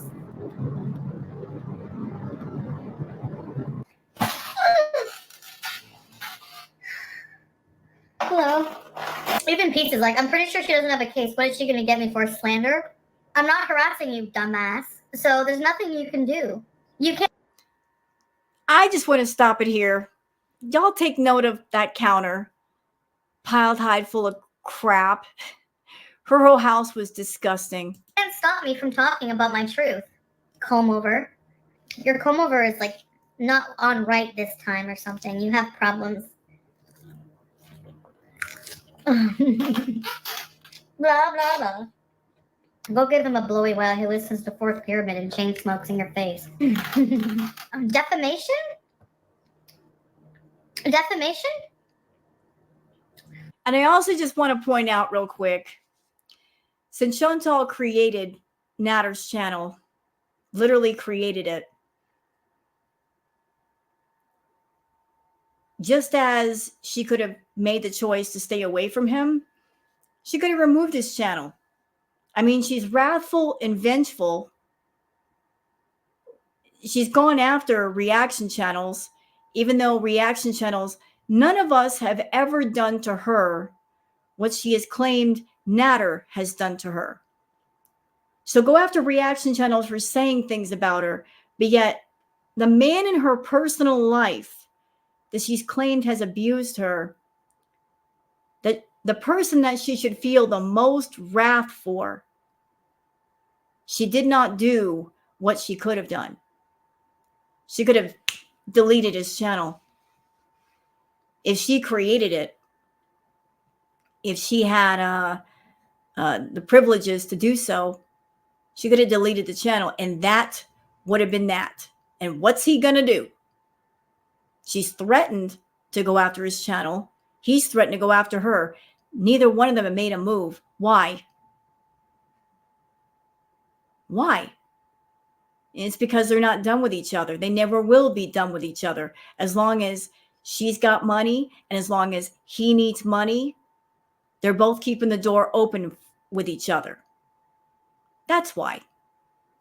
But all this wrath from Chantal, she could have gone online and deleted his channel, but by doing that, that would mean she would never see him online anymore, and she wanted to keep seeing him. She wanted to keep watching him. Why do you think Natter's channel got taken away and then given back? It's not like he was a huge moneymaker for YouTube. How did he get his channel back? Why did they give it back? They've deleted bigger, better channels for less. So why would they give him his channel back unless there was some pull somewhere? Prove it. Have fun with that. You don't even have any money, dumbass. You ruined your own reputation when you moved him in. Oh, they're stupid. Whatever. He was just dissing you the other day, Dee Dee, to move in with me. He said he can't stand living with you anymore, and here you are simping for him. How stupid do you look? You have to prove it was false. Exactly. Everything I said about you is true, Dee Dee, and you deserve it. I don't feel bad for you at all. At all. They're going to the cops? With what? To say that he abused me? That he hit me? Ma'am, early in this video, you confessed out of your own mouth, that you were seeing him when you shouldn't have been seeing him, that you were making up fake profiles to talk to him. You said that. We heard you. I just played it. You know? You can't make up your mind. One minute you're being abused and you want people to believe that, the next minute telling on yourself. But keep telling on yourself. I want you to tell on yourself. Fake, phony victims should tell on themselves. Because claiming abuse when it never happened is deplorable. It's a mockery to those of us that have been through some shit. You know, being a fake phony versus a real, they're not the same and they're not relatable. One group has actually been through hell, and the other group is just talking about it for the sake of money and attention. You're in that group. What are you going to say at the cops? I'd like to know. You're both dumb. You look dumb. I didn't give him any financial help money, no. You said earlier you just sat there and said you bought party favors from him, that you bought mushrooms and you bought Coca-Cola and you paid his rent. You just said that in the car. What is that if not financial help? It's because of him, though. I'm in this fucking predicament. My bad habits, yes, but I've always been a fucking... I used to order takeout every day and I never had problems with money, remember? When I was mukbanging, And actually, his ex, who had to move away to get away from him, said that she's still recovering financially from having been with him. She's like, I would love to go on a trip. She's like, I love how I loved Cuba. I wish that we could go on a girlfriend's trip someday, but I'm still recovering financially from being with asshole. Nice. He's done this before. He's done it many times. Remember that Maria Botello girl said he took money from her? You guys been new, not me, unfortunately. I've never been with somebody like this. Fuck.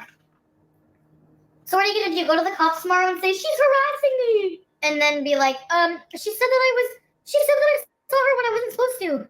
That doesn't sound like a smart move. Does it? They probably look at it like, oh, give me a break. Honestly, all I have to say in court is this woman inserted her life into my abusive relationship and fucking taunted me with him the whole time. Plain and simple. Because you know what? That's the fucking truth. Yeah, but I wasn't under oath on that. Oh, come on. So, get me in trouble then. Call the cops on me. Take your $1.99, shove it up your fucking ass, and go to the police station and call the cops on me. Good.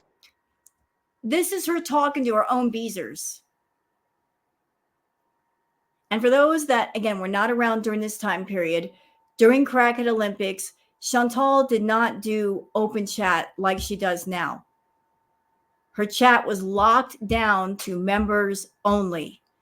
You had to pay $5 to be in her chat, to talk to her, if she would even address you, but it was strictly VIBs. And she also made a lot of money back in the day just getting people riled up.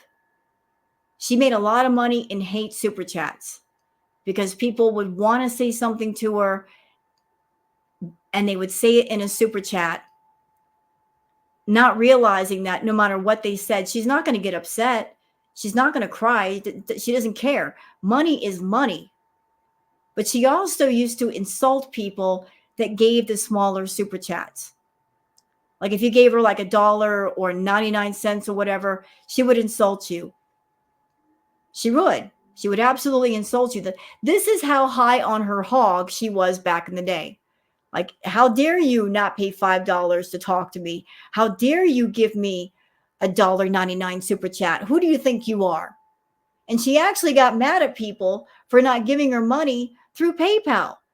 If they gave the money through a super chat, she was mad because YouTube takes 30% of whatever you make. She would get angry if people didn't give the money to her directly through PayPal.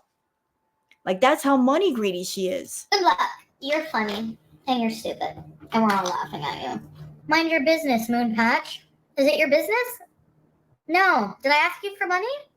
To pay for my food? Did I ask you for money? No? Okay. Bye. Bye. She does not have a case. Goodbye. She's a fucking desperate loser. And what you're seeing right now with the finger, you see her finger on the screen, that's Chantal blocking people, blocking her own VIBs. Because like I said, it wasn't open chat, it was VIB chat. Strictly VIBs, paying members, blocking people left and right. Because back in the day, Chantal's channel had a very high turnover rate. Beezers would disappear, but more would come and replace them. That's why she was so arrogant. She's like, I don't care. Some beezers get turned off from what I'm doing, what I'm saying. 5 disappear, 5 more will enter. And she kept that up for the longest until the members started to really, really drop. And then it became open chat because she needed more people to replace the lost beezers. She's a sidekick, and she's always in the background. Always in the fucking background. Never, ever, ever out of the way. Taunting. Being a bitch.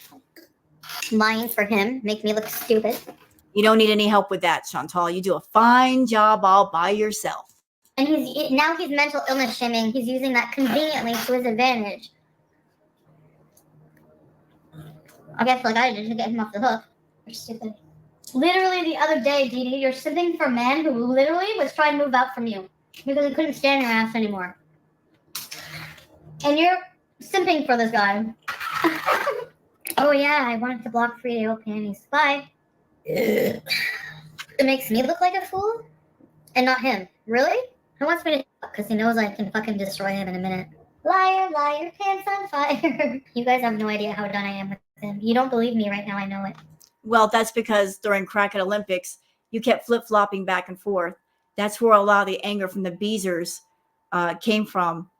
Chantal was the one who came online and gave the narrative about Natter, described him, described the way he was with her, described how they were together. Like, where would the audience get their impression of Natter except from Chantal? If you've got somebody online and they're describing a person, the way the person treats them and talks to them, and oh, they're so abusive, of course the audience is going to hate them because the only narrative they have is from this person, and they're painting a very dark picture. So she would come online describing Natter this way, and I hate him and I'm not going to see him anymore. And then the next day, she's good with him. Everything's fine. Don't talk badly about Natter. And then 2 days later, back to being mad at him and flip-flopping back and forth, back and forth, back and forth. And it drove everybody up the wall. Up the wall. And when people would just say, hey, why are you seeing this dude? What is the matter with you? Stay away from him. She would go in defensive mode and start blocking people because they weren't keeping up with the flip-flop ping-pong narrative. Trust me. Don't believe me, just watch.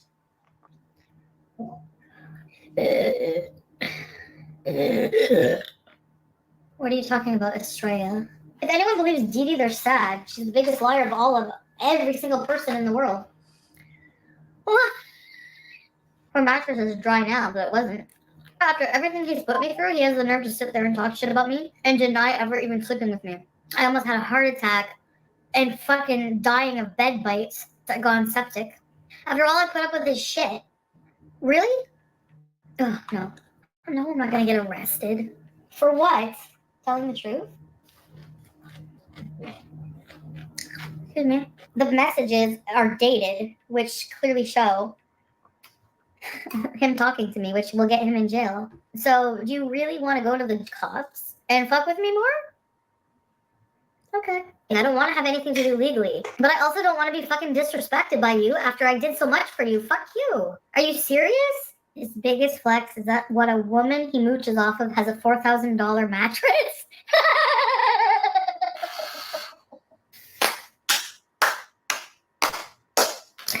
Congratulations, you are a fucking winner. My mattress was $900 and it's fucking fine. Not exactly, Chantal, because you puked on your mattress, you peed on your mattress, so both mattresses are donezo. You know, just as comfortable as your stupid purple dumb my jizz infected mattress that you now have. You can wash it all you want. When we screwed on it, there was no sheet on it. It came off because I was moving around a lot. You know. Doubt it. Made the sheets come off. And then I had my hands on your headboard. And I finished all over your fucking purple bed. I loved it. Sorry, that was a little much. While you were visiting your mom in the old nursing home, thinking that Natter would give up having sex with me, he wanted you to leave. He keeps going, Chantal, he didn't want to have sex with you. It's just that that's what he had to do to get money out of you and to keep the money flowing. I can't believe you being a con artist and a liar yourself that you never figured that out, that it was always about the money. Because if he really liked you, if he was really into you, why was he having you pay for everything? Why is it that Club Natter, you always had to pay an admission fee? He wasn't seeing you for free. He wasn't hanging out with you for free. You always had to come over to the house bringing something. Food, liquor, party favors, money, all of the above. Buying his groceries. You couldn't come empty-handed. Friendship and love, usually there's given for free. You don't pay to be with your friends. You don't pay for friendship, and you don't pay for real relationships either. If somebody's making you pay, that kind of points in the direction of they're in it to win it, but what they want to win is not you. It's just something that you have that they want. Just leave, Dee Dee. Just leave, Dee Dee. Just leave so I can pound my girlfriend. And she was even like, it's really sad, Natter. It's really sad that you want to stay here and fuck Chantal instead of coming to see my mother after you promised. Hmm. Hmm. So her $4,000 mattress, unless she gets a new one, will always have my DNA on it. Haha, I ruined your mattress. Nah, nah, nah, nah, nah. Blah, blah, blah, blah, blah, blah. How childish. I ruined your mattress. I win.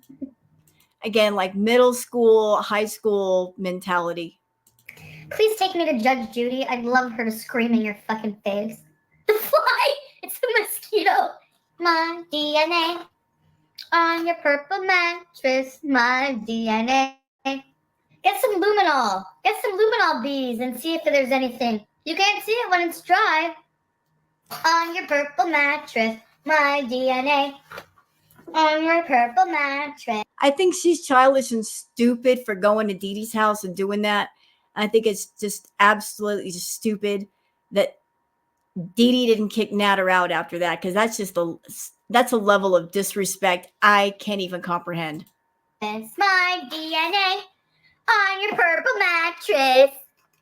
I'm not dry. I don't need the fucking coconut lube. She does, not me. She's menopausal. I'm menopausal, but not naturally, so I still have some juice. My DNA on your purple mattress. Can't wait to write a beat about that. Naeem El Shami? Naeem and Hamo.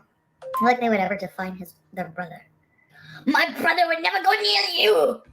Dude, you literally were trying to live with me. You had your face all up in my fupa. You're always like, miss your fupa. I miss your pussy, stupid. Whenever I say, he'll be like, I'm horny, go fuck Didi. I miss your pussy, stupid. Well, you're gonna miss it a lot more. Well, if he was missing your private parts, again, why were you paying? If your snatch was coated in platinum and diamonds, and it was like the greatest thing ever, why were you paying to be with him? Dumbass. It must not have been that good if you had to pay him to have sex with you. Okay, you will never see this fuba ever again in your life. Okay, there used to be a sex offender named Conrad who worked at my grandpa's store. Did I ever tell you about Conrad? That's such a sex offender name. No offense if you're a Conrad or anything. Give visa, I will come. I would totally marry Hamill for a fucking. Okay, how about this, Snatter? I will call a truce with you if you allow me to marry your brother and bring him to Canada, and I will take care of him and your family for life. Gross. So, yeah, that happened too. Imagine seeing a chick and she claims to be all into you. Like, I want you to marry me. I want you to claim me. Doing everything in the world to trick you into a relationship. But then this chick is talking about your brothers in a intimate sexual way. Like, not only expressing the desire to be intimate with you, but also talking about your family members in that way. That's just nasty, Chantal. Nasty. Like, what was the message? If I can't have you, pass me around to your brothers. Ew. All the women in the chat are like, I want to do it. Have you seen his brothers? Oh my God, really? And you want a guy to marry you. You want a guy to claim you. At the same time, you have no shame. You're over there trying to be pass around Patty. Just pass me around. If you get tired of me, if I get on your nerves and we can't work out, can you pass me around to your brothers? Can you hook me up with them? Total pass around Patty. Like, I want to do your brothers. It ain't nobody going to marry that up. Oh my God. Fuck. Why did I get this one? Why did he have to come to Canada? Why couldn't it have been one of his hot brothers? And I just want you guys to take note of who's behind her. That's Pete's. Pete's and Chantal used to be in a relationship for a long time. They were actually engaged to be married. They lived together. And he is the ex, been the ex for a while. But just imagine what's going through his mind right now. Like, this is the guy, this woman is somebody that you used to be with. and you still have feelings for, obsessing over a ridiculous dude and talking about being a pass around patty for his brothers. You can only imagine what Pete's is thinking right now. Excuse me. Oh, my belly hurts. I don't feel like fighting with him anymore. I just want him to leave me the fuck alone. Shut up. And I threw that up the minute I fucking did it. Ugh. I threw up all the DNA after doing it. My bed bugs miss me upstairs. I feel grossed out. I just feel like I've been not gypped, but what's a good term for it? I feel like a fool. He never liked me either. I remember one time he was like crying and emotional and just like, I'm like, do you really love me? A lot. A lot. And I put up with a lot from you. If with anyone else, Chantal, I would not put up with this. I only put up with this because I love you. No. He put up with it because you were paying him. Now, if the two of you were together and you weren't paying for anything, you weren't paying for his rent, you weren't paying for the groceries and the internet and buying him an iPhone and an iPad and all of it. If he were taking care of his own bills and his own rent and making his own way, and he still hung up with you, he still hung out with you, I would say, yeah, it might be about feelings.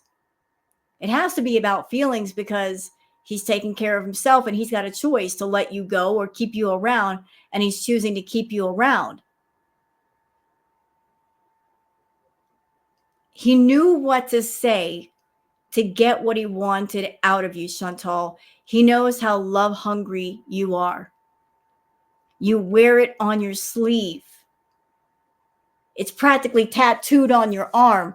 I am desperate for love. I want a relationship. Apply at the door.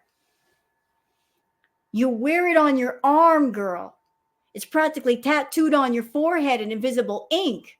How desperate you are, how love hungry you are. He knew that using the word love would get your attention and keep you around. Dummy. He doesn't love you the same way that Salah doesn't love you. If either man loved you, why are you paying for so much? Why are you doing so much? You know in your heart of hearts that neither one of them loved you, that they were in it to win it, to get whatever they could out of you, and you were just a love crazy fool. That you could close your eyes and fantasize and imagine that you were in love so long as the man was next to you and given the illusion of companionship. You were okay with that. You even said, all he has to do is fake love me and I'll give him whatever he wants. You said fake love was okay. Fake love was acceptable. So you got what you paid for. You did. You specified fake love, and that's exactly what you received. Where you get it messed up is that you say that's what you want, you get it, and then you want more, but that's not part of the contract, is it? That wasn't specified. You couldn't get real love on a contract anyway. Real love and friendship is not something you pay for. It's just given for free. And you never gotten those things for free, mainly because you can't give real love yourself. You don't know what it's about. You want it, and yet you are unfamiliar with it. You are incapable of it. So you got to settle with the fake version. Really? Where? In my asshole? Shut up, Curly, and fucking your sister and 5 miles of rough road fucking face. Desperate bitches. Shut up, number one fan. Fuck you. You have something to say, bitch? Proof? Well, I'm on my phone right now. I can't give you proof right now. I'm gonna put some lip shit on. Burn it down, burn it down, burn it down. What do the messages say to me from that, or like, what are they? Like, instead of him just owning to being a piece of shit, he wants to do tit for tat. I just can't believe this. I'm in disbelief. Is she gonna give you a blowy later tonight with her little watery eyes looking up at you and the comb over? Ugh! delete them from the police. I'm gonna go upstairs. Then we're gonna go bees. I did throw up on my carpet a little bit. I gotta clean it. Ew. Did you guys catch that? She said she threw up on her carpet a little bit. She's got to clean it up. She never cleaned it up. Ew. It's dark in here. Why are there so many people in here? The police are on their way? Why? For what? You're calling the police again to fucking nothing. For nothing. You know, don't be mistaken. Chantal loved all of this. The tit for tat, the back and forth, the drama back and forth. She loved it. She loved it. She talked earlier about being an energy vampire. She's one herself. She feeds off of negative energy. She's one of those people that she loves attention. She doesn't care if it's positive attention or negative attention. She feeds off of both, but especially negative attention. It makes her feel powerful. It makes her feel strong. She's a negative energy vampire, always feeding off of negative energy around her, whether it's online or in person with somebody. Fuck you. Goodbye. How is that entertainment for you anyway? If they come here, I'm going to get offline. I'm not going to give you the satisfaction. And come back later and not talk about it. Seriously, you people who fucking do that need to stop watching me. If I offend you to the point of you needing to call the cops, stop watching me. Old people with nothing better to do, old bitter women at home, no teeth in their fucking head, flapping their gums about me all day long, but you watch me every day. Jesus Christ. No, fuck you. Probably people from Natter's disgusting, desperate harem. Like people like May. Fucking idiots. Or that Kelly person. Unblock me. I literally seen screenshots of you asking to see Natter's cock when we were together. I'm not blocking you. Fuck you, you weirdo. I should fucking unblock him on Messenger and call him and be like, you need to shut the fuck up. I fucking hate his guts. I do want to call him and be like, shut the fuck up. Should I do it? On live. I'll go on this computer and call him on my phone. Again, he's an abusive person and he's so scary. But she's talking about him and wanting to contact him, wanting to reach out. And she could have blocked his phone number, blocked him, and been done with it. I mean, she's been on YouTube for what, 7, 8 years? She knows how it works. By talking about him, all she's going to do is direct attention at his channel and at him, and people are going to go watch him. So if you really, really hate somebody, really, really hate, first of all, if you got the power to delete their channel, if they're an abusive individual, you can do that. And you should do that if this person is abusive and they're a scammer and there's a high probability that they might be going to their audience and scamming their audience. You should delete their channel, Chantal. You never did that. Never once did you do that. You would get petty and delete a couple of his videos to piss him off, to get him to get angry and contact you, which is exactly what the goal was. But you never went full throttle and deleted his channel. You didn't go as far as you could have gone, as you should have gone as a supposed DV victim. You couldn't leave well enough alone. You didn't. No, really, like, we should hash it out then, like, on live. I want to ask him face to face, tell people right now that you never slept with me. Tell people right now. 2 grown people, if they've got issues, they can handle their business offline without involving an audience. If 2 people, whether they're content creators or not, 2 adults, they can handle their stuff offline through a messenger service, through a phone call or a personal meeting, and handle their stuff without airing their dirty laundry in front of strangers that are not a part of it. You know, it doesn't a personal beef or argument or situation doesn't have to turn into a 3-ring circus. Now that you never loved me, tell people I want to face to grill him with the lies he's going to tell you. Of course, she wants a face to face. She wants his attention. And if you've been abused by somebody, why would you want a face-to-face, Chantal? And see him. Doesn't matter. He's always going to hold that over my head because he knows that's the one thing he's got that triggers me. What? He's going to hang up because he's a coward and he can't face me face to face with the truth. He has to talk behind a screen like a little bitch. Like you always do. Because you talk all kinds of gump in front of your camera. But if up front, up close, you don't dare say half the things that you say online. Tell him if he's not a little bitch to call me. Face me. Face me. He's a little bitch. I just want him to leave me alone and stop talking about me. You want him to leave you alone and yet you want a face-to-face. Which is it? He's a fucking piece of shit liar. His peak's raging? I don't know. Abuse? And Chantal liked to do this thing where if Dee Dee was spending time with Natter, she would purposely do things online to raging all night long to kind of ruin whatever time they had together. Like, I know you guys are having a good time together, so I'm just going to be a raging see you next Tuesday so that you can have a good time and all of your attention is on me.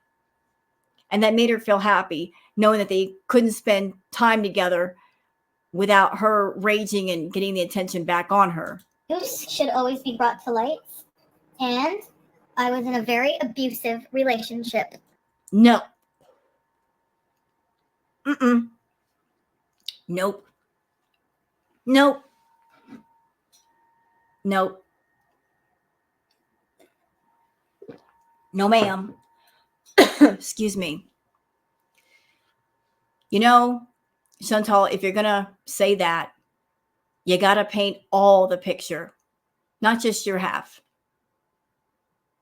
I think, my opinion, that you and Natter were verbally abusive to each other. That part I believe. I believe you said some things. I believe he said some things. You yourself have confessed that you are verbally abusive. You said that out of your mouth more than once, and I agree with you. I've seen evidence of that even just on YouTube. You talking to your audience, ridiculing your audience, humiliating your beezers. If somebody ticks you off, you'll go for their throat verbally. So I think you're both verbally abusive people, but I think that you're also financially abusive. I think that you are manipulative, that you are a predator. You prey on people. So if you're going to call somebody else abusive, you yourself are abusive.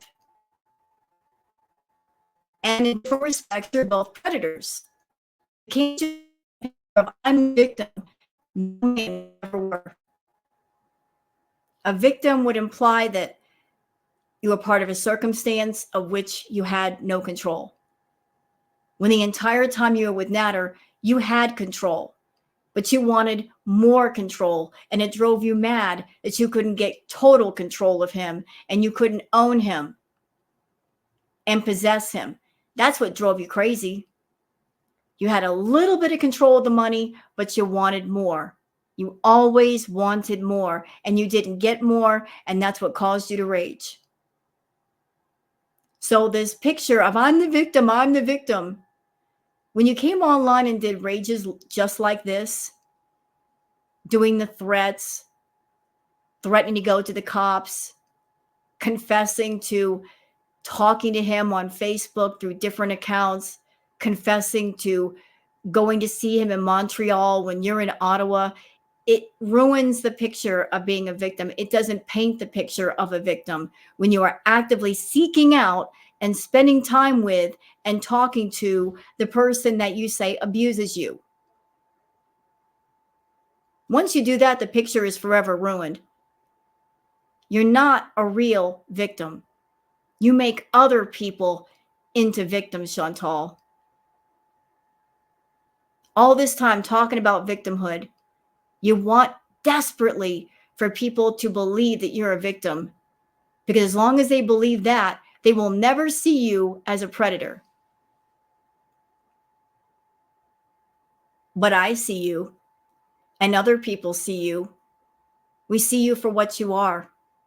And that's why you hate Girl World, because we see the real you. We recognize the real you, and we reflect the real you back at you. And you hate that. You hate the fact that you can't just change your reflection in front of us. That every time you lie, we bring out the receipts to show how much you lie. When you say that you're a victim, we bring out those receipts to show what a predator you are and manipulative, and you're a liar, and you're a bad liar that gets caught a lot, that you're disgusting, that you're conniving, that you're just plain evil. You can't switch your reflection around on Girl World. And there's people around this community, we've been around for years, and you hate that too. People that have been around long enough and seen you at your worst, and we got all the receipts and all of the live streams and all the photos and everything else that you yourself provided us. There are archived records of the stuff that you've done, stuff that you willingly put on your platform, on your channel, because you wanted to make money with drama. And you want to switch the narrative around now and pretend that those receipts, those videos, those pictures don't exist when they do. You want to switch the narrative to fit whatever situation you're in, whatever lies you're trying to tell, and you just can't do that. Because once you put it out there, it's forever. Forever, ever, forever, ever. Out there. Forever. And you don't like it. You don't like it. Just like you probably don't like this video right here, because it shows exactly who you are and who you've always been or who you're always gonna be. And if Salah ever manages to get away from you by hook or by crook, you'll become this all over again. With him. I just go to the bathroom. You tell me to stop talking about something that affected me in my life? Fuck you. You'll be blocked. Suck my fucking fupa balls. You asshole. I don't need to tolerate you. You don't need to tolerate me. You don't have to be here at all. Foodie Beauty channel. I can talk about whatever the fuck I want to on my channel. Just like the reaction channels, we can talk about whatever the F we want on our channels, Chantal, and you hate that. You hate the fact that we have the same power that you do. You want to get rid of all of us record keepers, all of us timekeepers, all the archive channels, all the clip channels, all the reaction channels. You wish they would all just go away, because we remember and we bring stuff up, things that you'd rather everybody forgot about, just so you can keep flipping around the narrative to suit your will. You hate the fact that you can only control so much. You want to control it all. You want to control YouTube. You want to make the rules on YouTube. At the same time, you break the rules on YouTube. Well, too bad. Too bad. Period. He was an ex-con loser who couldn't pay his rent or feed himself. Yeah, what reputation? Exactly. I'll be right back. So, mega diarrhea doo-doo mega dega ding dong. Let me explain to you why you don't have a fucking case. Number one, you can't get me for harassment because I haven't messaged you in forever. So I'm not harassing you. Admission. I haven't messaged you in forever, so you were talking to Dee Dee. And why would you talk to somebody who's supposed to be your mortal enemy? That's with the guy that you're with. Why would you do that? Two, defamation means everything I said is not true. Not a single fucking thing that has come out of my mouth. And I will swear on those fucking ashes. The ashes she's talking about are the ashes of her grandmother. She's swearing on her grandmother's ashes. God, strike me dead right now if I'm wrong. Everything that came out of my mouth about you and him happened and is true. Everything. Okay. He deserves to be exposed. Yeah, and maybe his ex would like to come on live. She would, when we were all drinking, she's like, well, Chantal, she's like, if I called the cops for every time my ex was drinking and he gave me a black eye, I was like, what? Like, she verbatim fucking said that. Again, rule number one, Chantal lies. You can't rely on anything she says. Why would the ex talk to Chantal? What would strike up that conversation? Why would the ex talk to Chantal? Why? He doesn't care. Like, I was right there and I was like arguing with him. We were having like relationship problems in front of her. Fucking like, I was like, Natter. I'm like, he's like, why do you do this? Why would you go online and talk shit about me? I'm like, because you fucking did it. You fucking abused me, Natter. You don't even care how it fucking affected me. You don't own it. You don't care. She sat there quiet the whole time. Nothing. I'm not talking about her DV lying jello. I'm saying what she said to me. She's excusing it by saying that. She's saying, well, if I fucking did this every time someone gave me a black eye, like, what? No, that's not okay. She needs help too, fuck. Obviously, if she has that mentality, I paid $500 that night, plus a deposit, to spend the night in a really good hotel room so he would be safe.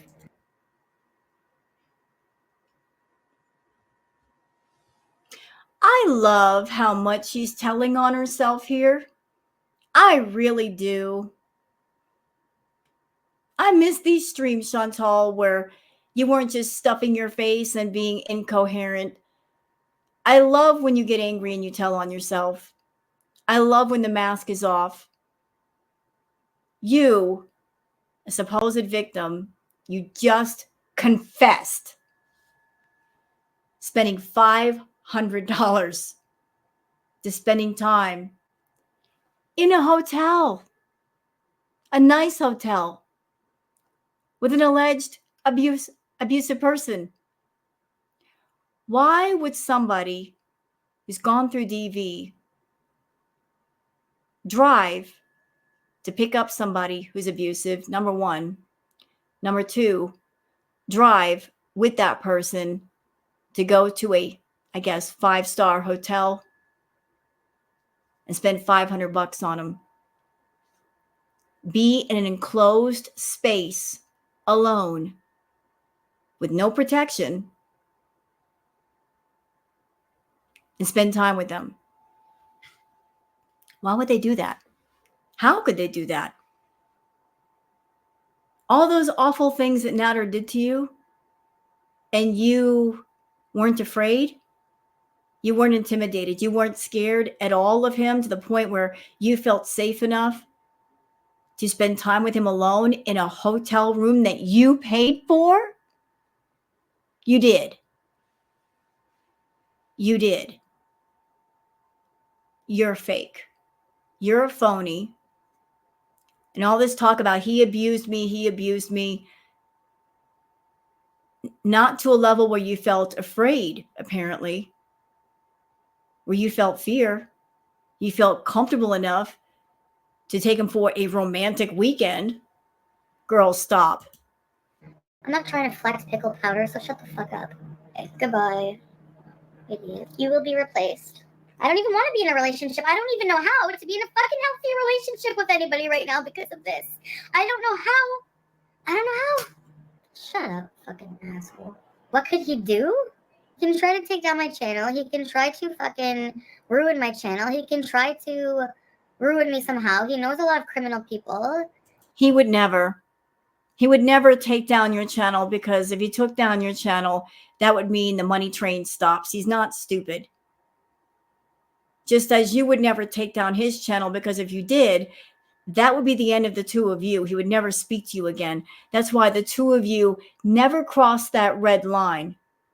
You never went after him the way you could, and he never went after you the way he could, because you were both concerned not about the love that the two of you had with each other, because there was none. It was about, if I do this final step, if I burn the bridge, what will be the cost?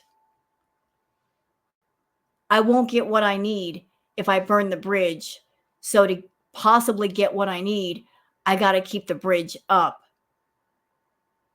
You both went to the line and put your toes on it, but you never crossed it. He said before, like, he will go after Pete's one day. Pete's will get his, and it won't even be from him. He can hire somebody $500 to do shit for him.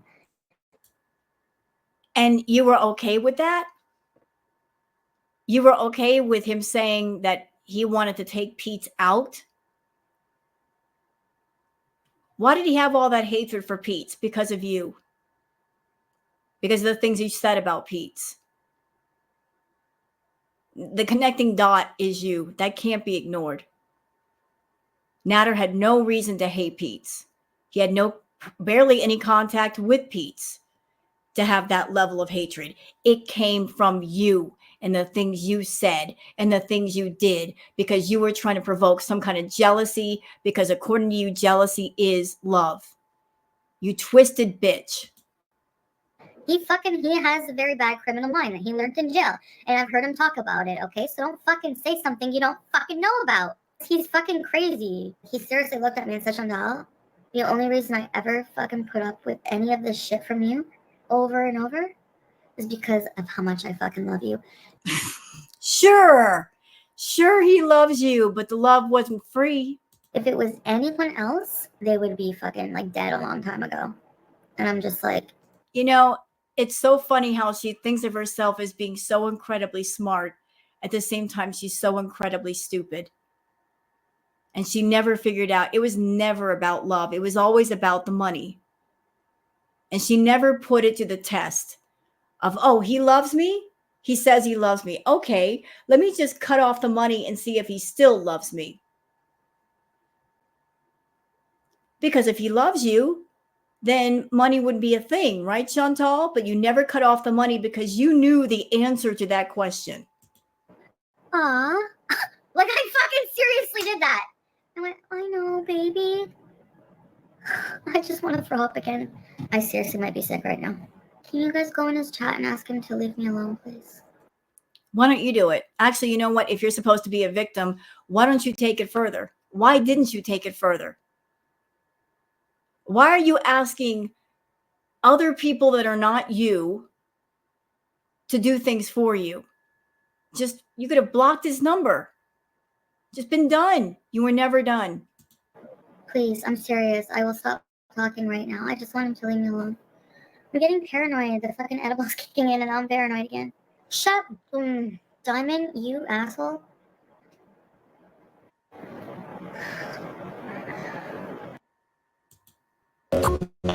So that was the video by Hot Wasabi. And thank you, Hot Wasabi, for posting that, because I really wanted to show Chantal just a glimpse to those who have never seen the real Chantal, the one without the mask on. Glimpse it